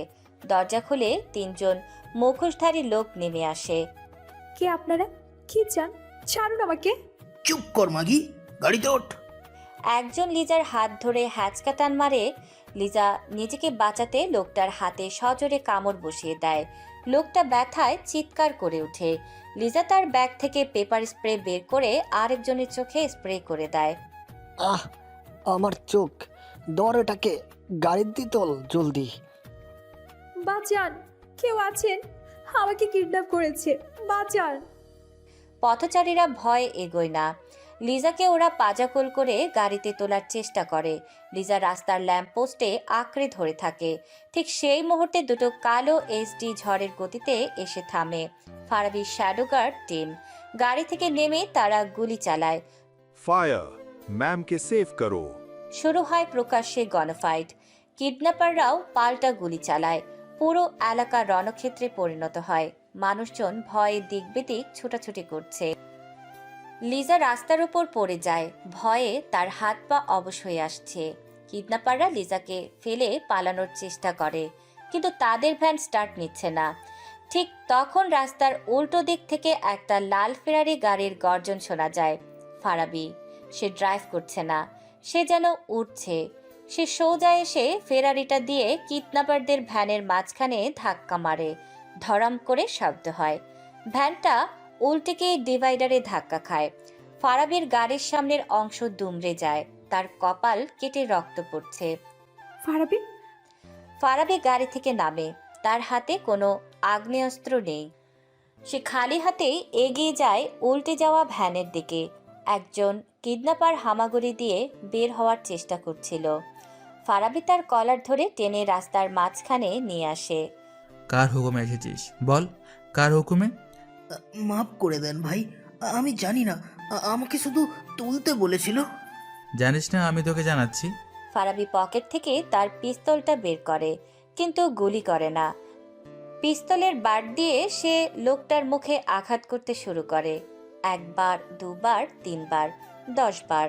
লোকটার মুখে থেতলে যাচ্ছে। দাঁত ভেঙে রক্ত রাস্তায় ছড়িয়ে পড়ছে। ফারাবি থামছে না। তার সাদা শার্ট রক্তে ভিজে যাচ্ছে। লিজা দৌড়ে এসে ফারাবির হাত ধরে। থামো, ও মরে যাবে, প্লিজ থামো। আমি ঠিক আছি, আমার কিচ্ছু হয়নি। এই যে দেখো, তোমার জান একদম ঠিক আছে। ঠিক আছিস? ওরা তোকে ছুঁয়েছিল যা, ওরা তোকে টাচ করেছে। আমি ওদের টুকরো টুকরো করে ফেলবো। তোমার এই রূপ, আমি ভয় পাচ্ছি ফারাবি। তুমি মানুষ না, তুমি পশুর চেয়েও অদম হয়ে যাচ্ছ। পশু? হ্যাঁ আমি পশু। ওই মানুষগুলোর জন্য আমি পশু। তুই সরে যা সামনে থেকে। না না জান, প্লিজ ওদেরকে আর মেরো না, প্লিজ। ফারাবি লোকটার পকেট চেক করে একটা নোকিয়া ফোন পায়। সে লাস্ট ডায়াল করা নাম্বারটা দেখে। নাম্বারটা তার খুব চেনা। তার বুকের ভেতরটা ধক করে ওঠে। সে কোনো কথা না বলে তার গাড়িতে ওঠে। ফারাবি, তুমি কোথায় যাচ্ছ? প্লিজ দাঁড়াও, কিছু তো বলো, কোথায় যাচ্ছ তুমি? যেখানে যাওয়ার কথা সেখানেই, আসো আমার সাথে। আকাশ কালো করে মেঘ জমেছে। বৃষ্টি শুরু হবে যে কোনো সময়। ফারাবি ড্রাইভ করছে, পাশে লিজা পাথরের মতো বসে আছে। ফারাবি কোনো কথা বলছে না, কিন্তু স্টিয়ারিং হুইলটা এত জোরে চেপে ধরেছে যে আঙুলের হাড়গুলো সাদা হয়ে গেছে। গাড়িটা আশরাফ চৌধুরীর বাড়ির গেট ভেঙে সোজা বাগানের উপর দিয়ে বারান্দায় এসে থামে। আশরাফ চৌধুরী আর রেহানা দুপুরের ভাত খেতে বসেছিলেন। বিকট শব্দে তারা চমকে ওঠেন। কিসের শব্দ রেহানা? ভূমিকম্প হলো নাকি? দরজাটা লাথি মেরে ভেঙে ফেলে ফারাবি। সে ঘরে ঢুকে। তার কপাল বেয়ে রক্ত পড়ছে। হাতে রক্ত মাখা পিস্তল, শার্টে কাদা আর রক্ত মাখামাখি। তাকে দেখে মনে হচ্ছে সাক্ষাৎ আজরাইল। আল্লাহ, কে তুমি?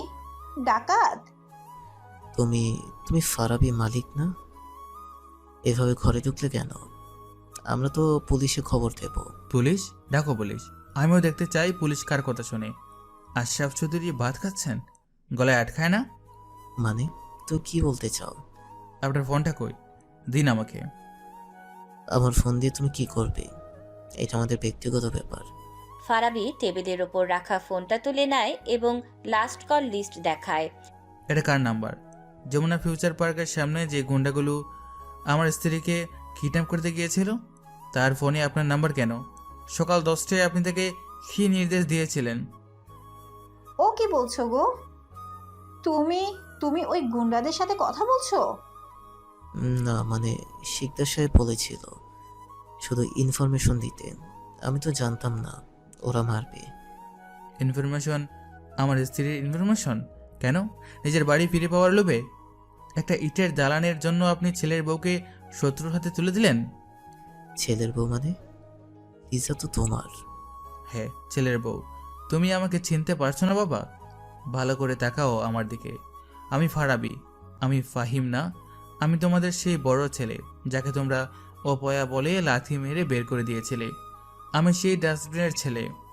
রেহানা ভাতের প্লেট হাত থেকে ফেলে দেয়। প্লেট ভাঙার ঝনঝন শব্দ হয়। আশরাফ চৌধুরীর মুখ হা হয়ে যায়। তিনি বিশ্বাস করতে পারছেন না যে দেশের এই ত্রাস, এই ক্ষমতাধর ফারাবি মালিক তার সেই অবহেলিত সন্তান। তুমি তুমি আমাদের খোকা, তুমি বেঁচে আছো? বেঁচে আছি? আমি কি বেঁচে আছি মা? তোমরা কি আমাকে বাঁচিয়ে রেখেছিলে? তোমরা তো আমাকে 20 বছর আগে মেরে ফেলেছো। আজ যে দাঁড়িয়ে আছে সে একটা লাশ, একটা প্রতিশোধ পরায়ণ লাশ। বাবা আমরা ভুল করেছি, মাফ করে দাও বাবা। ফারাবি পিস্তলটা ডাইনিং টেবিলে রাখে, তারপর পকেট থেকে একটা লাইটার বের করে। মাফ? আল্লাহ মাফ করে, আমি করি না। আজ তোমাদের জন্মদিন পালন করবো বাবা, যেমনটা আমার ছোটবেলায় করেছিলে। মনে আছে আমাকে অন্ধকারে আটকে রেখেছিলে? ফারাবি না, থামো। ওরা তোমার বাবা মা, মেরো না ওদের। ওরা বাবা মা না লিজা, ওরা বেঈমান। লিজিকে মারার প্ল্যান করেছ। হ্যাঁ, আমার কলেজে হাত দিয়েছে, আমার উপর অত্যাচার করেছিল। আমি কিচ্ছু বলিনি, মেনে নিয়েছিলাম। কিন্তু তারা তোকে মারতে চেয়েছিল, যাকে আমি আমার নিজের থেকেও বেশি ভালোবাসি। ওরা আমাকে কোনোদিনও ভালোবাসেনি লিজা। বাবার হাত আমাকে ধরতে দেয়নি, মার স্নেহ আমাকে পেতে দেয়নি। কিন্তু একজন লিজা তুমি, যে আমাকে সব দিয়েছ, আমাকে ভালোবেসেছ, আমার যত্ন নিয়েছ, আমার সব খেয়ালে রেখেছ। আর তারা এসে এখন তোমাকে আমার থেকে কেড়ে নিতে চাইছে। এটা আমি সহ্য করবো না লিজা। ফারাবি লাইটারটা জ্বালায়, জানালার ভারী পর্দায় আগুন ধরিয়ে দেয়। মুহূর্তের মধ্যে আগুন ছড়িয়ে পড়ে। পুরনো কাঠের আসবাবপত্র দাউ দাউ করে জ্বলতে শুরু করে। আগুন বাঁচাও, আমরা পুড়ে মরবো। খোকা, আগুন নেবা? আমরা তোর বাবা মা। ফারাবি আগুনের দিকে তাকিয়ে হাসে, একটা পৈশাচিক হাসি দেয়। গরম লাগছে মা? আমারও খুব লাগতো যখন স্টোর রুমে গরমে সেদ্ধ হতাম। আজ একটু বোঝো কেমন লাগে। চিন্তা করো না, মরবে না।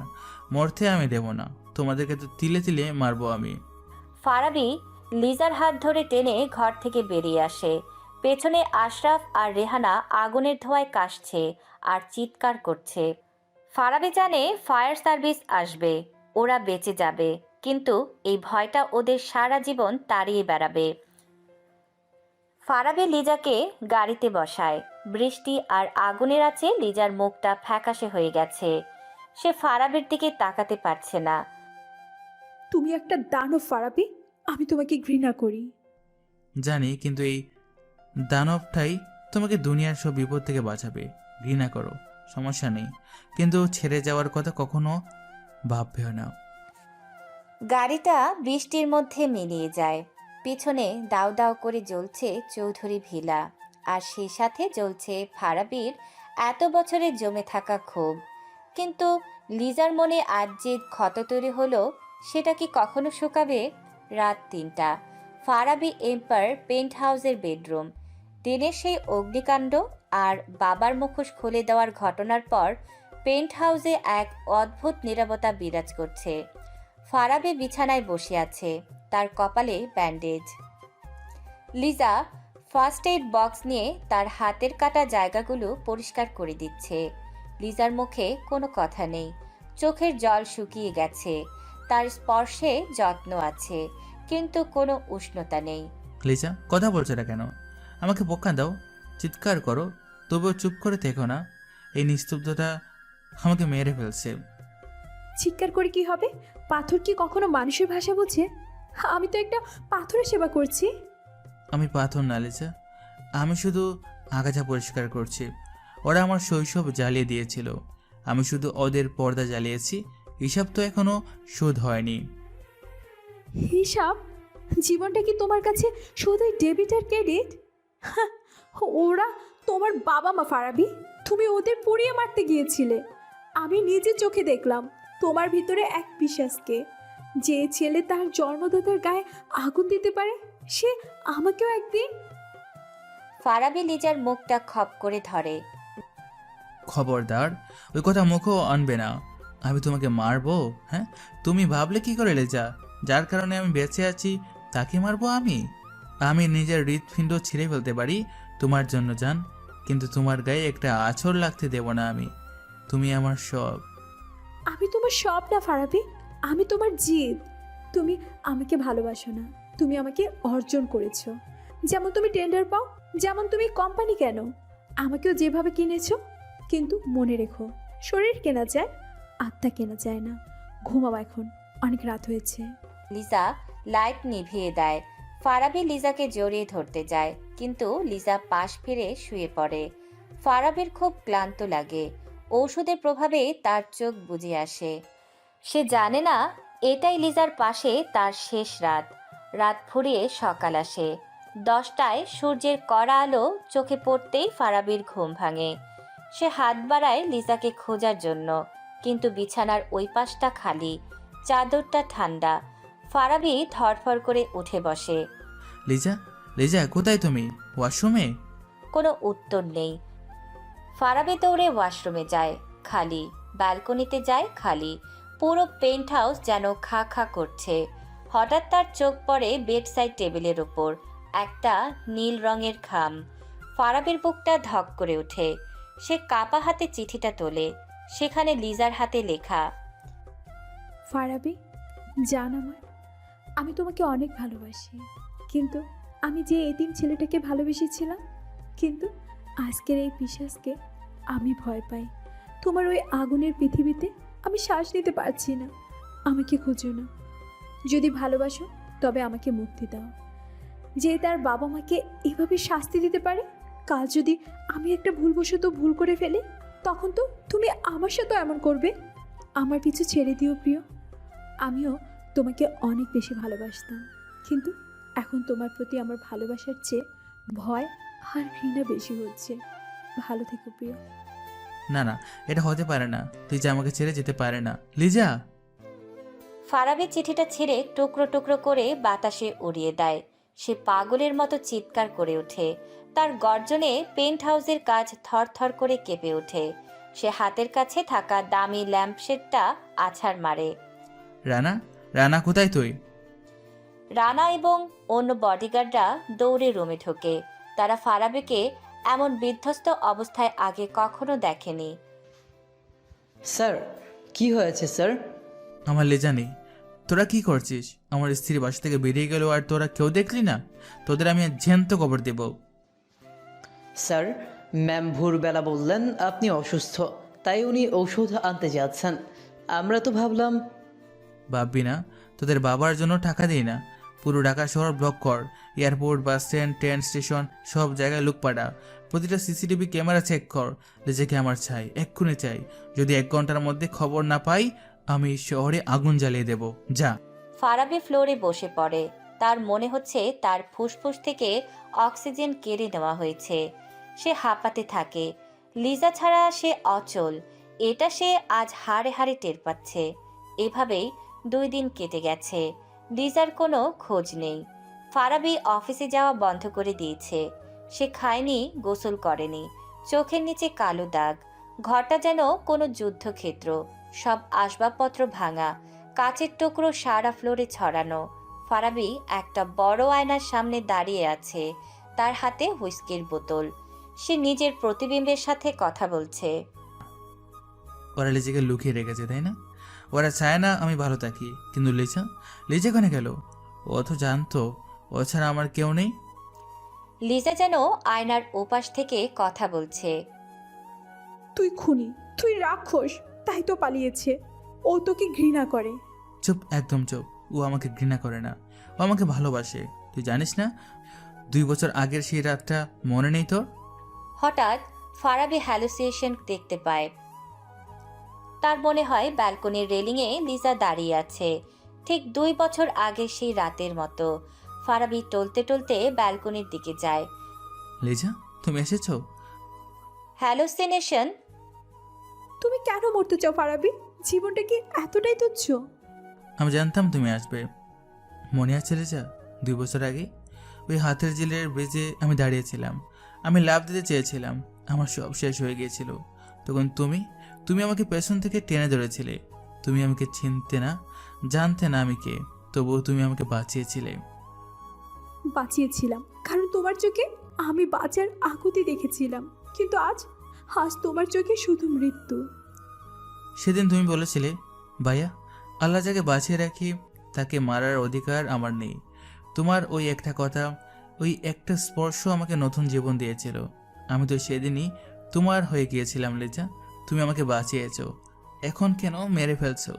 ফিরে এসো লিজা, প্লিজ ফিরে এসো।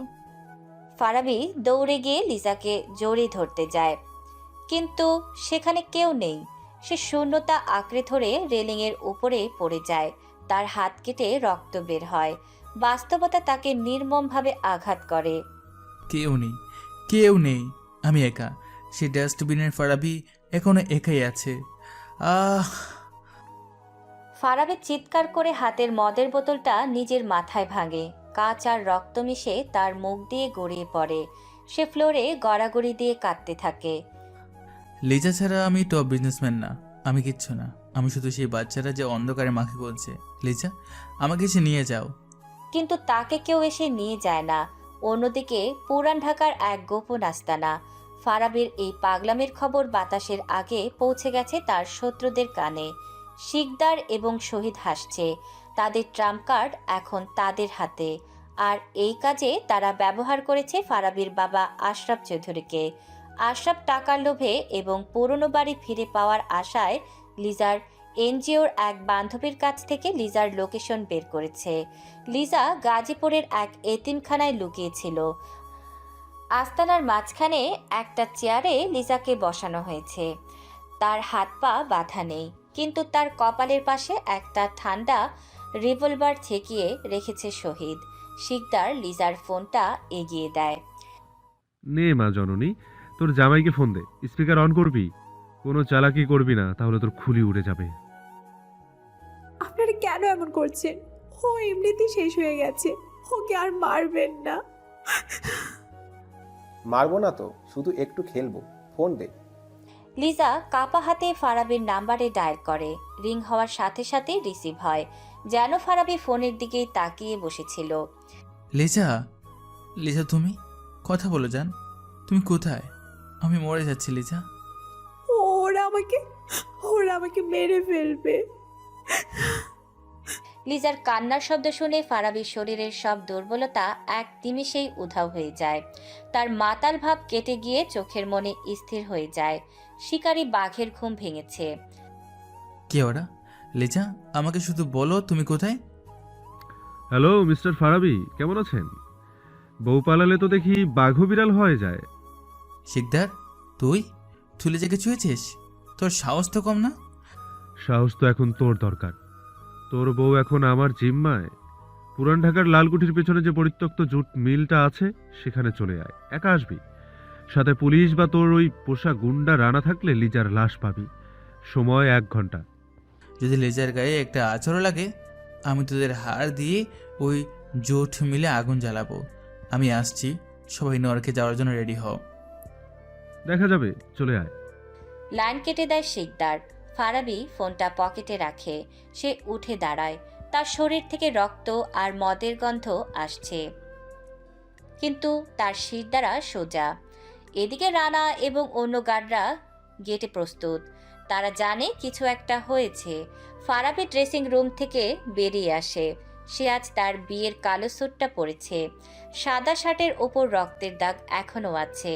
সে পাল্টায়নি। স্যার, গাড়ি রেডি, আমরা সবাই তৈরি, হুকুম দিন শুধু। ফারাবি একটা বিশেষ কালো রঙের ডেজার্ট ঈগল পিস্তল কোমরে গুজতে গুজতে বলে, না, আজ কেউ আমার সাথে যাবে না। কিন্তু স্যার, এটা ফাঁদ। ওরা আপনাকে একা পেলে মেরে ফেলবে। আমরা আপনাকে একা ছাড়তে পারি না। এটা আমার পাপের প্রায়শ্চিত্ত না। লেজা আমাকে বাঁচাতে গিয়ে ফেসেছে, ওকে আনার দায়িত্ব শুধু আমার। যদি আমি না ফিরি কোম্পানির সব শেয়ার এতিমখানা দিয়ে দিবি। স্যার, এটা অর্ডার, কেউ আমাকে ফলো করবি না। ফারাবি তার বুক পকেট থেকে একটা পুরনো ছবি বের করে। ছবিটা লিজার, সেই 2 বছর আগের ছবি। ছবিতে লিজা হাসছে, ফারাবি ছবিতে একটা চুমু খায়। ভয় পেও না কলেজা, তোমার এই পাগলটা আসছে, হয় তোমাকে নিয়ে ফিরবে, নয়তো ওখানে শেষ ঘুমাবো। ফারাবি হাতে থাকা হুইস্কির বোতলটা গলায় ঢেলে দেয়। শেষ কয়েক ফোঁটা আগুন তার গলায় জ্বালা ধরায়। তার চোখে এখন আর কোনো ভয় নেই, আছে মৃত্যুর শীতলতা। সে জানে সে আজ মরতে যাচ্ছে, কিন্তু একা মরবে না। ফারাবি মালিকের অধ্যায় আজ শেষ, আজ শুধু প্রেমিকের যুদ্ধ। আকাশ কালো হয়ে মেঘ জমেছে, যেন প্রকৃতিও জানে আজ রক্তগঙ্গা বইবে। আকাশ কালো করে মেঘ জমেছে, গুড়ি গুড়ি বৃষ্টি শুরু হয়েছে। ফারাবি সেখানে পৌঁছায়। মাঝখানের ফাঁকা জায়গায় একটা লোহার চেয়ারে লিজাকে বেঁধে রাখা হয়েছে। তার চুল এলোমেলো, ঠোঁটের কোণ কেটে রক্ত ঝরছে। তাকে ঘিরে দাঁড়িয়ে আছে মিস্টার শিকদার, শহীদ এবং ফারাবির বাবা আশরাফ চৌধুরী। তাদের সাথে অন্তত 30-40 জন সশস্ত্র গুন্ডা, সবার হাতে রামদা, হকি স্টিক আর আগ্নেয়াস্ত্র। আপনারা আমাকে মেরে ফেলুন, কিন্তু ওকে আসতে বারণ করুন প্লিজ। ও এলে আপনারা কেউ বাঁচতে পারবেন না। চুপ কর, তোর নাগর তো আসবেই। মত যেমন আগুনের টানে আসে, ও আসবে। আমি আপনাদের ভালোর জন্য বলছি, ও আসলে আপনারা কেউ বাঁচতে পারবেন না। চুপ কর মাগি, এটা সিনেমা নয় যে তুই নায়িকাদের মতো ডায়লগ মারবি। ওকে আসতে দে। ঠিক তখনই মিলের মূল গেট দিয়ে একটা ছায়া দেখা যায়। ফারাবি সে একা, তার কালো স্যুটটা বৃষ্টির পানিতে ভিজছে, কিন্তু তার হাঁটার গতি ধীর এবং স্থির। তার হাতে কোনো অস্ত্র নেই। সে দুহাত দুপাশে ছড়িয়ে দিয়ে এগিয়ে আসছে, যেন সে কোনো সম্রাট মৃত্যুপুরীতে প্রবেশ করছে। ওই তো এসে গেছে, একা এসেছে, সাহস আছে বলতে হবে। ফারাবি হেঁটে এসে লিজার সামনে দাঁড়ায়, গুন্ডাদের দিকে একবারও তাকায় না। লিজা, আমার দিকে তাকাও, খুব ব্যথা পেয়েছো? কেন এলে ফারাবি, কেন এলে? আমি তো মরেই যেতাম, তুমি কেন নিজের জীবনটা দিতে এলে? তুমি ছাড়া আমার জীবন বলে কিছু নেই পাগলি, তুমি আছো তাই তো আমি আছি। বাহ, চমৎকার। সিনেমার শুটিং চলছে যেন।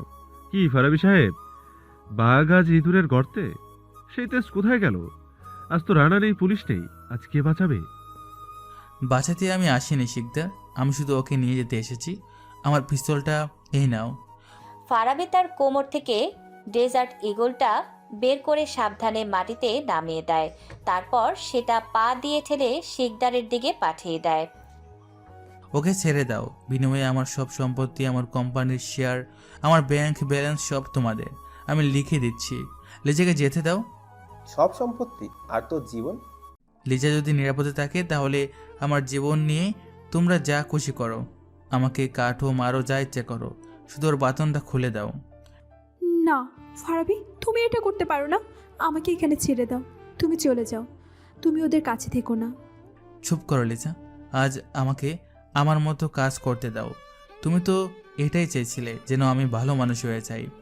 আশরাফ চৌধুরী ভিড় ঠেলে সামনে এগিয়ে আসেন। ফারাবি তার বাবার দিকে তাকায়। তার চোখে কোনো ঘৃণা নেই, আছে এক অদ্ভুত করুণা। ফারাবি ভাবে বাবা হয়তো শেষ মুহূর্তে অনুতপ্ত হবে, হয়তো বলবে চলে যা খোকা।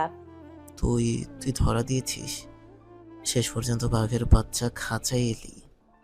বাবা, আপনিও এদের সাথে থাকার জন্য? আশরাফ চৌধুরী হঠাৎ ক্ষিপ্ত হয়ে ফারাবির গালে সজোরে থাপ্পড় মারে। আমাকে বাবা ডাকবি না, তোর জন্য আমি সমাজের কাছে মুখ দেখাতে পারি না। তোর জন্য আমি রাস্তার ভিখারি হয়েছি, আমার বাড়ি কেড়ে নিয়েছিস, আমাকে দিয়ে তুই বাগান পরিষ্কার করাস। আজ তোর মরণ দেখবো আমি। থাপ্পড়ের শব্দটা বৃষ্টির শব্দের চেয়েও জোরে বাজে লিজার কানে। ফারাবির গাল লাল হয়ে যায়, কিন্তু সে নড়ে না। সে মাথা নিচু করে দাঁড়িয়ে থাকে। উনি তোমার ছেলে। আপনারা কেমন বাবা? উনি তো আপনাদের বাঁচিয়ে রেখেছিলেন। ওই বাড়িতে আগুন লাগানোর পরও উনি আপনাদের মারতে দেননি, আর আপনারা ওনাকে মারার জন্য গুন্ডাদের সাথে হাত মিলিয়েছেন। ছি, আমি কল্পনাও করতে পারছি না। আপনার সাথে অমন করার কারণে আমি তাকে ছেড়ে চলে এসেছিলাম, কিন্তু এখন মনে হচ্ছে আমি ভুল করেছি। আপনাদের সাথে যা করেছিল সেটাই ঠিক ছিল। ছি। তুই চুপ কর বেয়াদব মেয়ে, তোর জন্যই আছে এই অবস্থা। বাবা, ছোটবেলায় যখন বাতের জন্য কাঁদতাম বাদ দাওনি, আর যখন বাসার জন্য এসেছি মৃত্যু দিচ্ছ। তবুও তুমি আমার বাবা, এটি আমার দুর্বলতা। যদি অন্য কেউ হতো এতক্ষণে তার হাত শরীর থেকে আলাদা হয়ে যেত। আশরাফ চৌধুরী ফারাবির কথাটা শুনে তার হাতটা কেঁপে ওঠে। তিনি পিছিয়ে যান। ফারাবির চোখের ওই দৃষ্টি তিনি সহ্য করতে পারছেন না। আমি আমি ঠিক সেই মুহূর্তে শহীদ পেছন থেকে তার সাইলেন্সার লাগানো পিস্তল বের করে। সে কোনো কথা না বলে সোজা ফারাবির ডান পায়ে গুলি করে। আহ! ফারাবি ভারসাম্য হারিয়ে হাঁটু গেড়ে কাদার মধ্যে বসে পড়ে। লিজা চিৎকার করে ওঠে। ফারাবের প্যান্ট রক্তে লাল হয়ে যাচ্ছে। সে দুই হাতে মাটি আঁকড়ে ধরে ব্যথা সহ্য করার চেষ্টা করে। অনেক নাটক হয়েছে, দুর্বলতা দেখাচ্ছিস। হাঁটুর জোর তো শেষ, এখন দেখ তোর চোখের সামনে তোর লিজার কি অবস্থা করি। ওর গায়ে হাত দিবি না শহীদ, ভালো হবে না বলে দিচ্ছি। ভালো হবে না? তুই এখন কি করবি? হামাগুড়ি দিবি? শিকদার হাসতে হাসতে লিজার দিকে এগিয়ে যায়। সে লিজার চিবুক ধরে ঝাঁকি দেয়।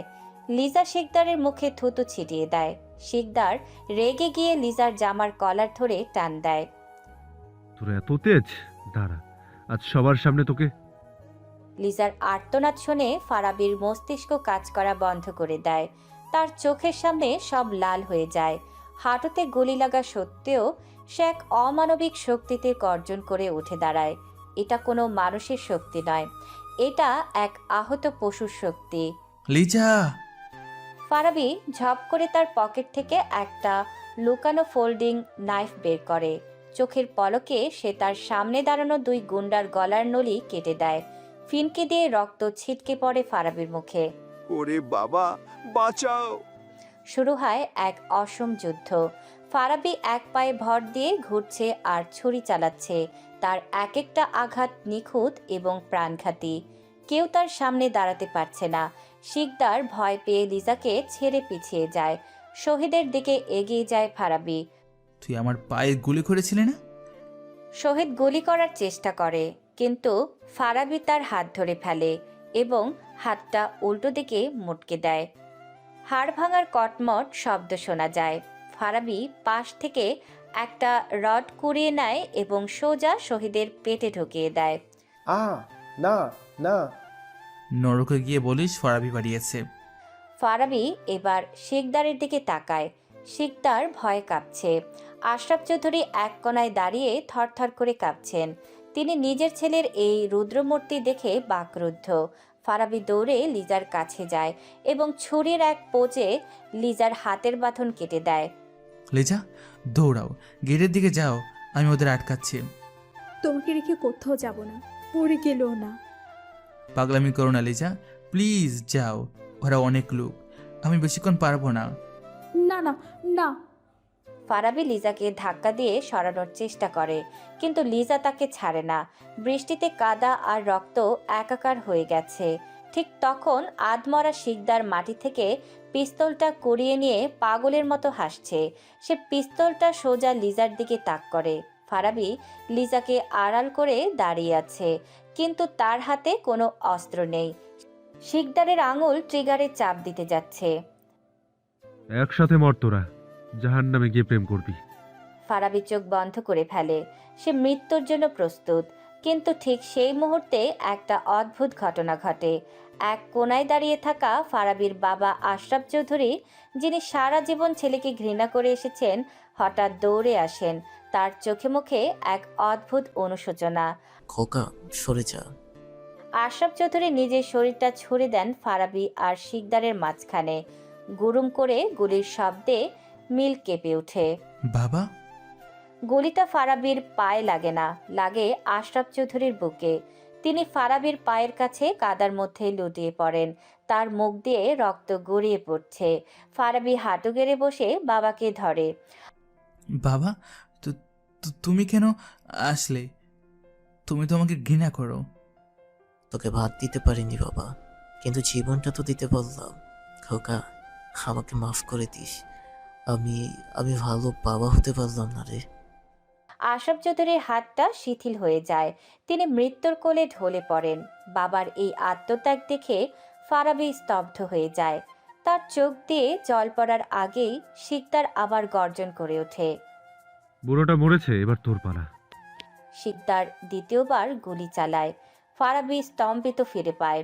সে দেখে গুলিটা লিজার দিকে আসছে। বাবার লাশটা পায়ে ঠেকে আছে, কিন্তু ফারাবি এক মুহূর্ত দেরি করে না। সে লিজাকে দুই হাতে জড়িয়ে ধরে এক ঝটকায় ঘুরে যায়। দ্বিতীয় গুলিটা এসে বিঁধে ফারাবির পিঠে, ঠিক হার্টের পেছনের দিকে। ফারাবির শরীরটা একটা প্রচণ্ড ঝাঁকুনি দেয়। সে লিজার কাঁধের উপর ভারী হয়ে ঢলে পড়ে। ফারাবি, ফারাবি! ফারাবি লিজার শরীর বেয়ে মাটিতে পড়ে যায়, ঠিক তার বাবার লাশের পাশে। বৃষ্টির পানি আর বাপ ছেলের রক্ত মিশে একাকার হয়ে যাচ্ছে। পুলিশের সাইরেন শোনা যায়। রানা এবং শ্যাডো গার্ডরা গেট ভেঙে ভেতরে ঢোকে এবং শিকদারকে গুলিয়ে ঝাঁঝরা করে দেয়। কিন্তু লিজা সেদিকে তাকায় না। সে কাদামাটিতে বসে ফারাবির মাথাটা কোলে তুলে নেয়। ফারাবি, চোখ খোলো, দেখো বাবা তোমাকে বাঁচাতে এসেছিলেন। তুমি হারতে পারো না জান। আমার কলেজা, ওঠো, চোখ খোলো, কথা বলো প্লিজ। ডাক্তার, কেউ ডাক্তার ডাকুন। লিজা, ব্যথা লাগছে না? আর বাবা আমাকে বাঁচাতে এসেছিল। আমি এতিম না লিজা, বাবা আমাকে ভালোবাসতো, দেখেছো? হ্যাঁ, বাবা তোমাকে ভালোবাসতো, তুমিও বাসবে। আমরা সবাই একসাথে থাকবো, প্লিজ কথা বলো। আমার খুব ঘুম পাচ্ছে লিজা, বৃষ্টির শব্দটা খুব সুন্দর। চুপ করো, একদম কথা বলবে না। আমরা হাসপাতালে যাচ্ছি, কিচ্ছু হবে না তোমার। তুমি আমাকে কথা দিয়েছো, তুমি যাবে না। ফারাবি কাঁপা কাঁপা হাতে লিজার গাল স্পর্শ করে। লিজা, আমি কি এখন ভালো মানুষ হতে পেরেছি, নাকি এখনো সেই অভয়া হিংস্র ছেলেটাই আছি? তুমি পৃথিবীর সবচেয়ে ভালো মানুষ, তুমি আমার সব। তুমি অপয়া নও, তুমি হিংস্র নও, তুমি আমার জান, আমার কলিজা, আমার শ্বাস প্রশ্বাস। প্লিজ ফারাবি, যেও না। আল্লাহ আমাকে নিয়ে যাও, ওকে বাঁচিয়ে রাখো। বাবা মরে গেছে, আমার তো মা আছে, মাকে দেখে রেখো। উনি তো বুঝে না। লিজা, তোমাকে খুব ভালো। ফারাবের হাতটা লিজার গাল থেকে খসে পড়ে কাদায়। ফারাবের চোখ বন্ধ হয়ে যায়। তার হাতটা লিজার হাত থেকে খসে পড়ে কাদার মধ্যে। লিজা আকাশ ফাটিয়ে চিৎকার করে ওঠে। তার কান্নার ভারী বাতাস আরও ভারী হয়ে ওঠে। একপাশে বাবার লাশ, অন্য পাশে গুলিবিদ্ধ স্বামী। লিজার পৃথিবীটা আজ রক্তে রঙিন। রাত ৩:৪৫। এভার কেয়ার হাসপাতালের আইসিইউ করিডোর। হাসপাতালের এই করিডোরটা বড্ড নিস্তব্ধ। মাঝে মাঝে শুধু নার্সদের জুতো আর ট্রলির চাকার শব্দ। কাচের দেয়ালের ওপাশে ফারাবি শুয়ে আছে, তার সারা শরীরে নল লাগানো। ভেন্টিলেটর মেশিনে একটা ছন্দহীন শব্দ হচ্ছে, বিপ বিপ বিপ। ডাক্তাররা বলে দিয়েছে আগামী ২৪ ঘন্টা খুব ক্রিটিক্যাল। গুলিটা হার্ট ছুঁয়ে গেছে। লিজা কাচের দরজায় কপাল ঠেকিয়ে দাঁড়িয়ে আছে। তার চোখে পানি নেই, কান্না শুকিয়ে পাথর হয়ে গেছে। তার ঠোঁট নড়ছে, সে বিড়বিড় করে দোয়া পড়ছে। তুমি কথা দিয়েছো ফারাবি, তুমি বলেছিলে আমরা সুইজারল্যান্ডে যাব। তুমি বেইমানি করতে পারো না ফারাবি। আল্লাহ, ওর সব শাস্তি আমাকে দাও, কিন্তু ওকে ফিরিয়ে দাও আল্লাহ। করিডোরের উল্টো দিকের স্টিলের চেয়ারে বসে আছেন রেহানা। তার সাদা শাড়িটা এলোমেলো। মাত্র কয়েক ঘন্টা আগে তিনি তার স্বামীকে দাফন করে এসেছেন। তিনি উঠে লিজার কাছে আসেন। তার পা টলছে। মা, লিজা মা। কিছু বলবেন? রেহানা হঠাৎ লিজার পায়ের কাছে বসে পড়েন। লিজার পা জড়িয়ে ধরেন। আমাকে মাফ করে দে মা। আমি ডাইনি। আমি নিজের স্বামীকে মৃত্যুর মুখে ঠেলে দিয়েছি, নিজের ছেলেকে চিনতে পারিনি। ও তো আমার খোকা, আমার পেটের ধন। ও কেন মরবে? মরা তো উচিত আমার। লিজা পা সরিয়ে নেয় না, কিন্তু রেহানাকে ধরতেও যায় না। তার গলায় বরফের মতো শীতলতা। এখন কেঁদে কি হবে? আপনারা তো চেয়েছিলেন ও মরে যাক। আপনাদের সেই অপয়া ছেলেটা আজ আপনাদের ইজ্জত আর জীবন দুইটাই বাঁচিয়ে গেল। আর ওনার বাবা, উনি উনি তো মরার আগে প্রমাণ করে গেলেন যে উনি বাবা ছিলেন, কিন্তু আপনি। আমি পাপী মা, আমি জাহান্নামী। শুধু একবার আল্লাহকে বল যেন আমার খোকাকে ফিরিয়ে দেয়। আমি ওর দাসী হয়ে থাকবো সারা জীবন। ও আমাকে লাথি মারলেও আমি সরবো না। মারে, আমার বুকটা যে ফেটে যাচ্ছে। দোয়া করুন, মায়ের দোয়া নাকি আল্লাহ ফেরত দেন না। যদিও আপনি মায়ের মতো কোনো কাজ করেননি, তবু চেষ্টা করে দেখুন না, ও ফিরে আসবে। কারণ ও আমাকে কথা দিয়েছে। আমি জানি ও ফিরে আসবে, শুধু আমার জন্য আসবে, আপনার জন্য না। রেহানা ফ্লোরে মাথা ঠেকিয়ে বিলাপ করতে থাকেন। লিজা আবার কাচের দিকে ফেরে। মেশিনের মনিটরে হার্টবিটের রেখাটা খুব ধীর, কিন্তু লিজা জানে ফারাবির জেদ মৃত্যুর চেয়েও শক্তিশালী। প্রায় ঘটনার 1 মাস পর, এই 1 মাস তার চিকিৎসা চলে।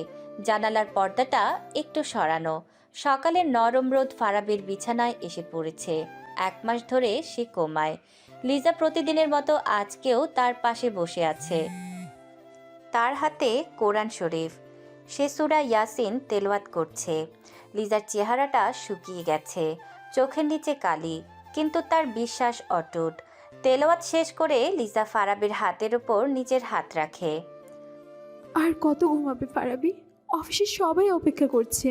রানা ভাই তো পাগল হয়ে যাচ্ছে। আর আমি, আমার কথা কি মনে পড়ে না তোমার? ওঠো না প্লিজ। হঠাৎ ফারাবির আঙুলটা একটু নড়ে ওঠে। লিজা চমকে ওঠে। সে ভাবে মনের ভুল। এর আগেও অনেকবার এমন হয়েছে, কিন্তু এবার ফারাবির চোখের পাতা কাঁপে। লিজা শ্বাস বন্ধ করে তাকিয়ে থাকে। ফারাবি ধীরে ধীরে চোখ মেলে। তার দৃষ্টি ঘোলাটে। সে ছাদের দিকে তাকিয়ে থাকে কয়েক সেকেন্ড। পানি। লিজা হাত থেকে কোরআন শরীফ নামিয়ে রেখে ঝুঁকে পড়ে ফারাবির মুখের কাছে। ফারাবি, তুমি শুনতে পাচ্ছ? আল্লাহ, ডাক্তার, নার্স। ফারাবির দুর্বল হাতটা একটু তুলে লিজার ওড়নাটা ধরার চেষ্টা করে। ডাক্তার? না, তুমি থাকো। লিজা ডাক্তার ডাকার কথা ভুলে গিয়ে ফারাবের বুকে মাথা রেখে কান্নায় ভেঙে পড়ে। আমি জানতাম তুমি আসবে। আমি জানতাম তুমি আমাকে ছাড়া কোথাও থাকতে পারবে না। কাঁদছে কেন পাগলি? রাক্ষসটা কেঁদে সোজা মরে? আমি তো নরকে দেখেও ফিরে আসবো যদি সেখানে তুমি না থাকো। রাক্ষস মরে গেছে, আমার মানুষটা বেঁচে আছে, আমার ফারাবি বেঁচে আছে। বাবা, বাবা কোথায় লিজা? আমি দেখলাম বাবা আমার সামনে। লিজা ফারাবির কপালে চুমু খায়। সত্যটা বলার সময় এসেছে। বাবা ভালো আছেন, উনি এখন আল্লাহর কাছে। উনি তোমাকে নতুন জীবন দিয়ে গেছেন ফারাবি। উনি তোমাকে অনেক ভালোবাসতেন। আমি বাবাকে বাদ দিতে পারিনি লিজা, কিন্তু বাবা আমাকে জীবন দিল। এই ঋণ আমি শোধ করবো কি করে? বেঁচে থেকে ভালো মানুষ হয়ে। বাবা এটাই চেয়েছিলেন। এখন আর কথা বলো না, আমি ডাক্তার ডাকি। ফারাবে লিজার হাতটা শক্ত করে ধরে রাখে। ডাক্তার ডাকার চেয়ে লিজার স্পর্শ এখন তার বেশি প্রয়োজন। মৃত্যুর মুখ থেকে ফিরে এসে সে বুঝতে পারছে জীবনের সবচেয়ে দামি জিনিস টাকা নয়, এই মানুষটার হাত ধরে রাখা। এভাবেই ফারাবি সুস্থ হতে হতে আরও 6 মাস কেটে যায়। একদিন বিকেল 5টায় সিলেটের শ্রীমঙ্গলের এক নির্জন টি এস্টেটের পাশে কাঠের দোতলা বাংলো। চারিদিকে শুধু সবুজ চা বাগান আর উঁচু নিচু টিলা। শহরের কোলাহল এখানে পৌঁছায় না। ফারাবি বারান্দায় একটা ইজি চেয়ারে বসে আছে। তার পরনে সাধারণ পায়জামা পাঞ্জাবি, মুখে সেই রুক্ষ দাড়ি নেই, ক্লিন শেভ। তবে তার পায়ে এখনও যুদ্ধের স্মৃতিচিহ্ন। সে হাঁটার সময় সামান্য খুঁড়িয়ে হাঁটে। হাতে ধোয়া ওঠা চায়ের কাপ। লিজাকে নিয়ে সে এখানে চলে এসেছে। লিজা ভেতর থেকে বেরিয়ে আসে। তার পরনে একটা সুতি শাড়ি, চুলগুলো আলগা করে বাঁধা, হাতে একগুচ্ছ বনফুল। সে ফারাবির পেছনে এসে দাঁড়ায় এবং চোখের ওপর হাত রাখে। বলো তো কে? হাতের গন্ধে তো মনে হচ্ছে বনু ফুল, আর স্পর্শ মনে হচ্ছে আমার জীবনের একমাত্র সমস্যা। লিজা হাত সরিয়ে সামনে এসে কোমরে হাত দিয়ে দাঁড়ায়। সমস্যা? আমি সমস্যা? এত কষ্ট করে জঙ্গল থেকে ফুল তুলে আনলাম আর এখন আমি হয়ে গেলাম সমস্যা? ফারাবি হেসে লিজার হাত ধরে টেনে নিজের কোলের উপর বসায়।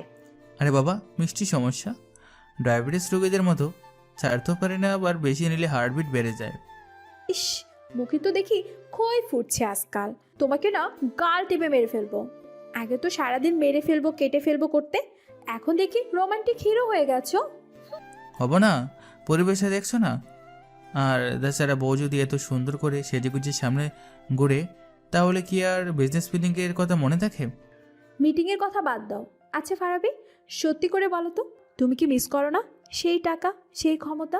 সবাই তোমাকে স্যার স্যার করতো, ভয়ে কাঁপতো, আর এখন এই জঙ্গলে মশা মাছি ছাড়া কেউ তোমাকে চেনে না। মিস করব? লেজা, আমি ওই জীবনটাকে ঘৃণা করি। ওই জীবনে আমি প্রতি রাতে দুঃস্বপ্ন দেখতাম, আর এখন আমি রাতে তোমার নিঃশ্বাসের শব্দ শুনে ঘুমাই। আমার ব্যবসার সব শেয়ার এতিমখানা দিয়ে দিয়েছি। পাপের প্রায়শ্চিত্ত হবে কিনা জানি না, কিন্তু অন্তত ওই এতিম বাচ্চাগুলো আমার মতো না খেয়ে থাকবে না, এটাই আমার শান্তি। আমি তোমাকে নিয়ে খুব গর্ব করি ফারাবি, তুমি আসলে হিরো। হিরো টিরো বাদ দাও, তোমার খবর কি বলো? শরীর ঠিক আছে? ডাক্তার কি বললো? ডাক্তার বলল মিস্টার ফারাবির ডিউটি বাড়ল। মানে? আমি বুঝলাম না, আবার কি রুটিন? মানে হলো তোমার বংশের প্রদীপ আসছে, আর 7 মাস পর এই বাড়িতে আরেকজন ছোট্ট ফারাবি দাপিয়ে বেড়াবে। লিজা, সত্যি বলছো? আমি বাবা হব? আমার মতো পুরা কপাল মানুষের করে আলো আসবে? পোড়া কপাল একদম বলবে না, তুমি বিশ্বের সবচেয়ে লাকি বাবা হবে। তবে হ্যাঁ, ছেলে হলে কিন্তু তোমার মতো রাগী হবে না, আমার মতো মিষ্টি হবে। আর মেয়ে হলে ঠিক তোমার মতো হবে। আমার একটা ছোট্ট লিজা চাই, যে আমাকে শাসন করবে। তাদের এই খুনসুটির মাঝে গেট দিয়ে দুজন মানুষ প্রবেশ করে। একজন বয়স্ক মহিলা রেহানা, আর একজন যুবক ফাহিম। ফাহিমের এক হাতে স্ক্র্যাচ, সে খুঁড়িয়ে হাঁটে, যেটা ফারাবির দেওয়া শাস্তি। তাদের পরনে সাধারণ কাজের লোকের পোশাক। রেহানা হাতে বাজারের থলে নিয়ে নতমুখে এগিয়ে যান। বাবা, চা দেবো আর একটু?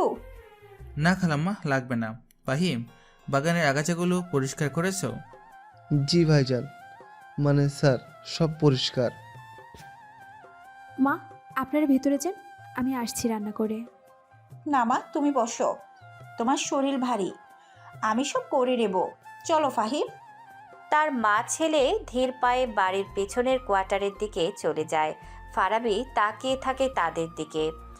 এখনো ওদের খালামা ডাকো কেন ফারাবি? মা বলে ডাকলে কি খুব ক্ষতি হবে? ওরা তো নিজেদের পাপের সাজা পাচ্ছে, দেখো কিভাবে তোমার সেবা করছে।